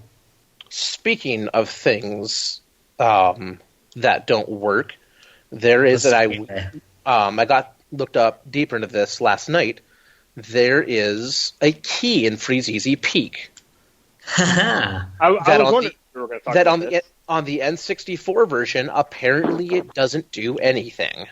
Well, there's actually the key, and there's a bunch of like secret eggs as well that you can find. And what happened is it was going to be like a special transfer thing for the next game, and they were going to basically do like what Sonic and Knuckles did, where you plug the game into the other game and you can transfer them across. But that never happened. I guess there was supposed to be a little bit of crossover with DK64 as well. With the key. The key was supposed to do something for DK64, and they dropped the idea for whatever reasons. Well, but originally it was called Stop and Swap, and it was basically you would get the item, turn the game off, switch to the other game, and it would register in the other game. Yeah. And you were supposed to have a 10-second window to do that. When they changed some of the hardware on the N64, that became a 1-second window, making it impossible. Yeah. See, I know. Now I know on the XBLA version, or if you have the rear, it unlocks a special transformation for Banjo-Tooie, and it gives you something for Nuts and Bolts as well. Is there an extra transformation in Tooie? No, it gives you there's Banjo-Tooie has the Dragon transformation. Yeah. And I guess it gives you like extra powerful fire breath and something else. So it just ups it. Okay. Well, I think the key opens some kind of door in Banjo-Tooie, and the eggs do something else. But yeah, like they basically added in the functionality that was originally supposed to be there for the Xbox versions. Made it work. And you can get bonus parts for Banjo Nuts and Bolts. Mm-hmm. Yeah, which isn't a bad game. I've heard mixed reviews about that game. I'll give it a shot. It's a game that I rather enjoyed once I got into it. Once I got the feel with how to play it, I did actually quite enjoy it, but it's very flawed. Mm-hmm. Well, maybe the good thing is there are 3 proper Banjo games and then Nuts and Bolts, so it doesn't matter. Right, because there's Grunty's Revenge too, which I really do hope we get around to playing sometime, because I've played it before and it's quite excellent. Yes, and it's on the list in one of our topics, I believe, to cover in the future. Hopefully we get to that topic at some point. But yeah, anyway, with Banjo-Kazooie, what did you all think of Rusty Bucket Bay? That's basically my one sore point in the game. I love the music, despise the level. I didn't get to Rusty Bucket Bay yet. That's, I think, my next stop. But which one is Rusty Bucket Bay? It's the one on the ship. Is that the one with the mechanical shark? No, that's the second level. This is the one on the big boat, and the water is just all oil. Basically, and most of it's on top of the boat. It's 2 levels past Gobi's Valley. Yeah. What you need to do is you need to lower the water level and then raise the water level a bunch of times in the hub world, and then you swim through the door. So right, it's, so it's the water temple from Ocarina of Time. No, because you don't actually go underwater. You go underwater to access the level when you're in the hub world, but when you're actually in the hub, it's a dock and like this huge, just this huge ship, really. And whilst you can go in the water, you'll get hurt because it's poisonous oil or something. So you really don't want to be in there. Yeah. Interesting. I wasn't very fond of the level. I mean, I can see some of the stuff that was in there was pretty okay, but it's just, I like the idea, but the level's very obnoxious. I remember which one it was now. It's the one with all the portholes on the side of the ship, and you don't know which ones you need to get into, and... Yes. Yeah. Well, you do. It's clear which ones you can open. You can kind of see it. But there's like this one jiggy where there are rotating fan blades and gear parts, and you activate a switch, then you've got to run outside and go underwater and go through these fan blades. And, yeah, it's not fun. Yeah, that's the one Jiggy that I'm missing in the entire game. Yeah, I'm not surprised. That doesn't sound like the best time, but I'm pretty sure it can't be worse than a handful of other water levels. Yeah, I mean, I'd say it's not really water level because you're never really in the water, but yeah, it's not the best level. But And- the swimming and flying overall in this game, I really did not enjoy.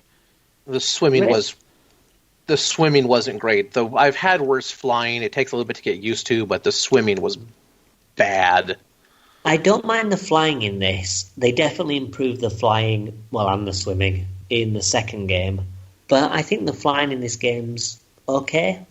The swimming, yeah, is pretty difficult to do, but there aren't that many places you actually need to do it. There's one Jiggy on the second level at the top of a lighthouse that you need to fly to, and I must have spent about 10-15 minutes trying to get that because I just overshot it a little bit and had to swing back round. And What, on top of the lighthouse? Yes. You can break the door at the bottom and just climb up. Can you? Yep. You can break the door to the lighthouse and there's a ladder up the top. You don't actually have to land on top of the lighthouse. Well, You that just would have to land on helped. that islandy bit. I wish I'd known that. But yeah, I know what you mean. It's not the tightest flying. It does definitely improve in the second game. But yeah, I still think the flying's okay. The swimming is a bit wonky though. Overall, though, a very, very excellent game. Yeah. So I One think final thing I'd like to Nope. make mention of as well is, I know that you've not seen it yet, Ryan, but you've seen it in video, Matt and Stephen. You've got there as well. The final boss, I think the final boss is just so well designed because it's Yeah. designed to basically use all of your moves, more or less. It's visually gorgeous to look at, I can say that. Yeah, it's not an easy fight, but it's very well designed. That's what I'm looking forward to, and I'm pretty close to it.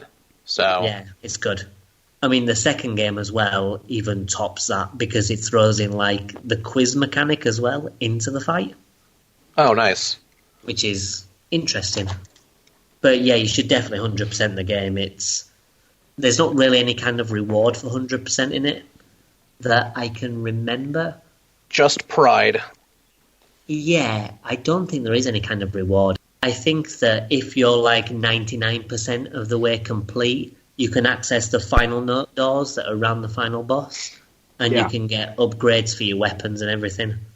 And you can get the double health, where your health bar gets doubled, so you've got loads of extra health for the final boss. Cool. Yeah. All good. right. I think we can wrap up our game discussion there. I'm pretty sure everybody here thoroughly loved Banjo-Kazooie. Oh yeah. Being or at least at worst, very much enjoyed it. Maybe not loved, but enjoyed it. We have I think it's 2 more things to briefly discuss, and we'll take a quick break, and we'll come back to that. All right, and I think we're going to give our final thoughts right about now of what our favorite game was out of this set. Adam, would you like to kick it off? Well, for me, I have a very close history with GoldenEye. I played it like a hell of a lot as a kid, and it's one of the games I speedrun, so I have a very intimate knowledge of the game, well, as far as single player goes. However, I'm fully aware that it does pale in comparison to likes of Perfect Dark, and I think I'm going to give my vote this time to Banjo-Kazooie. Even though I don't like Rusty Bucket Bay at all, I just think it's a superb game with loads of charm, and even though it's not as good as the sequel, in my opinion, I still think it's just a fantastic 3D platformer. All right, what do you think, Stephen? I've got a similar opinion, just with Mario 64 instead of GoldenEye. I mean, like I said, that was one of the first games I got for the N64. I've 100%ed it and once, almost did it a second time. But as far as this is concerned, I think Banjo-Kazooie is definitely the one I would pick. All right, and what about you, Matt? For me, it's a clear choice. As one of my top 2 N64 games, along with Ocarina of Time, Mario 64 is definitely, for me, the best of the bunch this time. It just holds so much memory for me, just the level design, everything about the game. I just love it a hell of a lot. And I'm going to have to bring this to a split decision by agreeing with you with Mario 64. It packs so much nostalgia, and I've sunk in more hours than I'm probably I'm not comfortable admitting to sinking so many hours into the game. I have 100%ed it on multiple occasions. I've done multiple speed runs and glitched runs through. And then just like casual run through as well, where I'm not going for 100%. I just want to beat it over the past, 23 years. Wow. No, 22 years. I absolutely love the game. It holds up so well. It stood the test of time. It is a classic, and it always will be. And it's one of my favorite games of all time, just straight up. I like Banjo-Kazooie a lot. I think had I played Banjo-Kazooie before Mario 64, I might have been flipped on this decision. But I'm not. Nostalgia goes a long way to make a decision. Yeah, they are both great games, though. So, if you can pick up any of these games, they're all good games to pick up. 1080 being the weakest, but definitely an experience. Fortunately, I believe 1080 is also the cheapest on this list. 1080 will run about $10 on eBay. I'm sure you can find, if you can find it at a garage sale or at a local shop, you can get it for cheaper. The other three titles run for about $20 to $30, depending on if you get them boxed or not. If you can find Banjo-Kazooie for $20, $25, it's a super, super good buy. Now, one of the things that is harder to buy that is good, unlike N64 games, is N64 controllers. At 22 years old, a lot of these controllers are dying. A lot of the aftermarket ones were just shit to begin with. Yeah. The analog sticks, we could do an entire episode based on just terrible controllers, and we probably should at some point. But the N64 is just one of those controllers where there's a lot of aftermarket models and they're not that great, or they're exactly the same as the N64 was brand new, which was not the best controller out there. Right. But with a revival and a seemingly surprising revival in a lot of retro gaming, we've seen some new controller designs pop up, and one of the ones that made a splash very recently, had a very, very successful Kickstarter campaign, was Retro Fighter's Nintendo 64 controller. It was a complete redesign, and it just so happens that Steven owns one. Yeah, I was one of the I'm assuming it's a Kickstarter backers. edition. Yeah, it's a backers version. And I'm going to hand this over to you, Steve, and you can do a really quick review on what is good, and maybe if there's something not good. Brutal honesty is good here, because this is more or less non-paid advertising, but for the people who like the N64 and have broken controllers, this is opportunity to know where they can replace their controllers and get something that works again. Basically, what they did with this controller was they took the N64 controller and tried to compress it into a modern gamepad style. Similar to what Hori did with their gamepad, but I've not met many people that actually like the Hori gamepad. This one I am quite fond of. This is the gamepad I used for everything I played on the N64 itself with this podcast.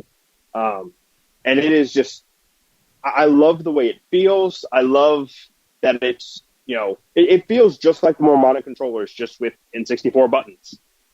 And, it feels great. It works great. The only flaw, and they addressed this right after they released them, is that if you hold the L button and move the stick at the same time, you can feel it. Like, you can feel where the L button is. And that was just a small oversight that they had.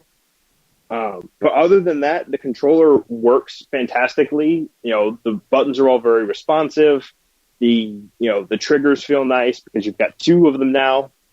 The stick is not the hard plastic analog stick that it was in the past. It's much more akin to the GameCube stick.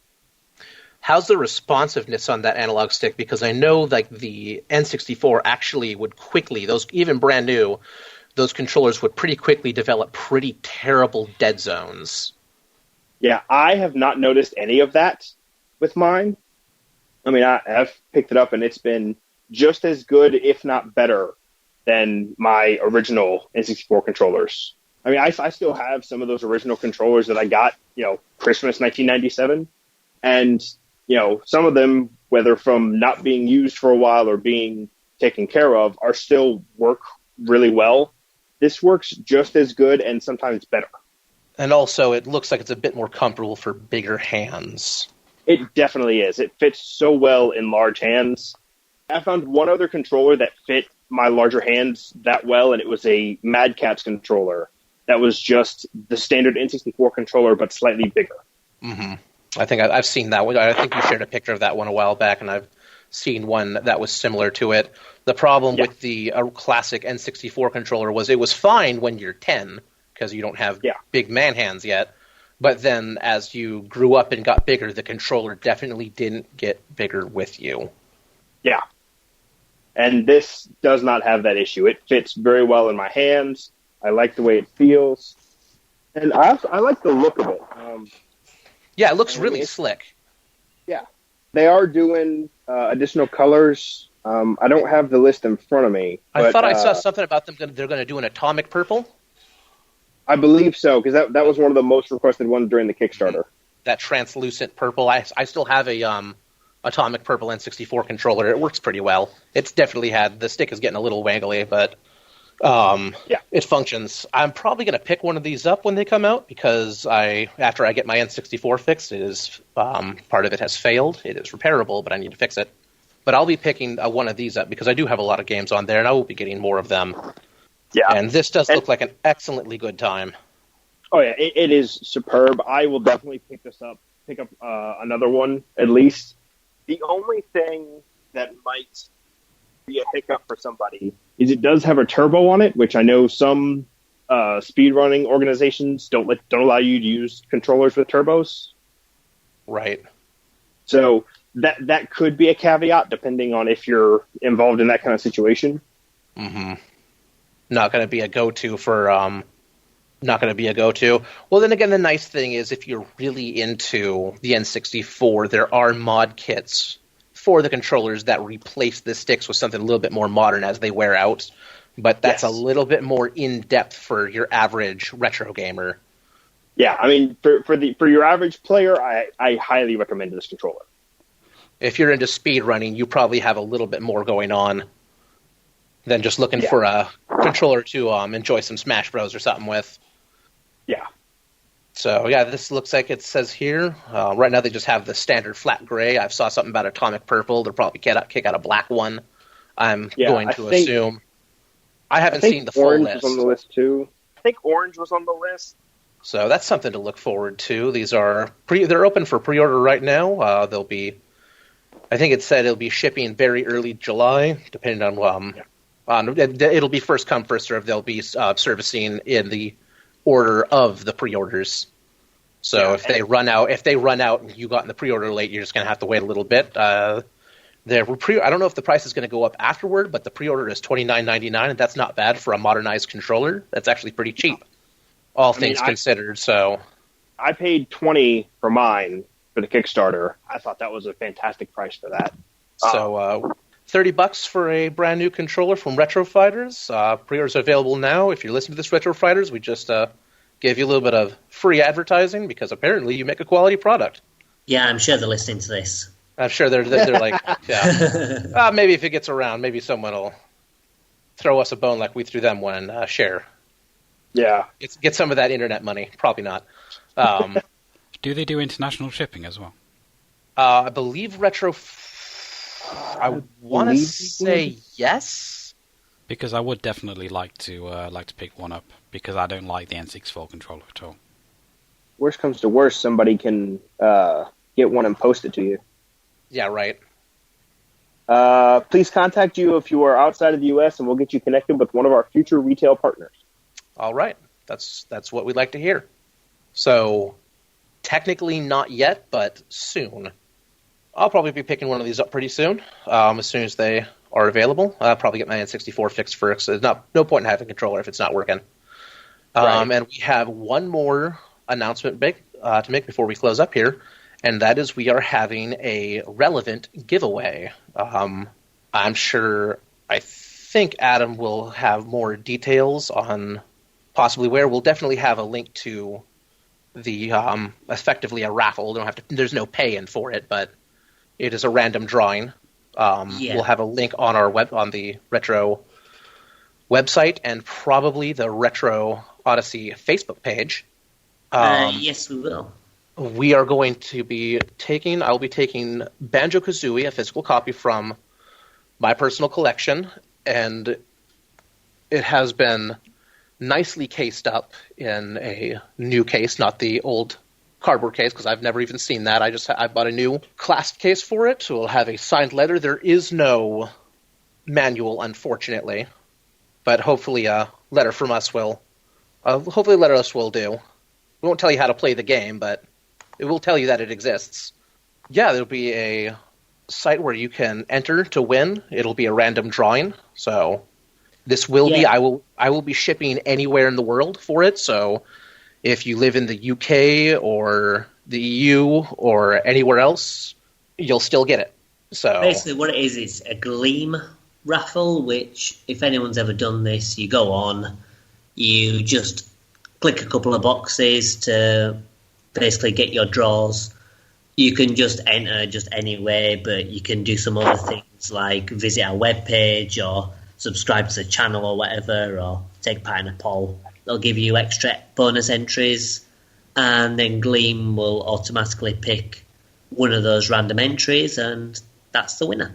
For those that aren't aware of the website address as well, if you want to grab a pen, it's Retro Odyssey, all one word, then 505353258.com.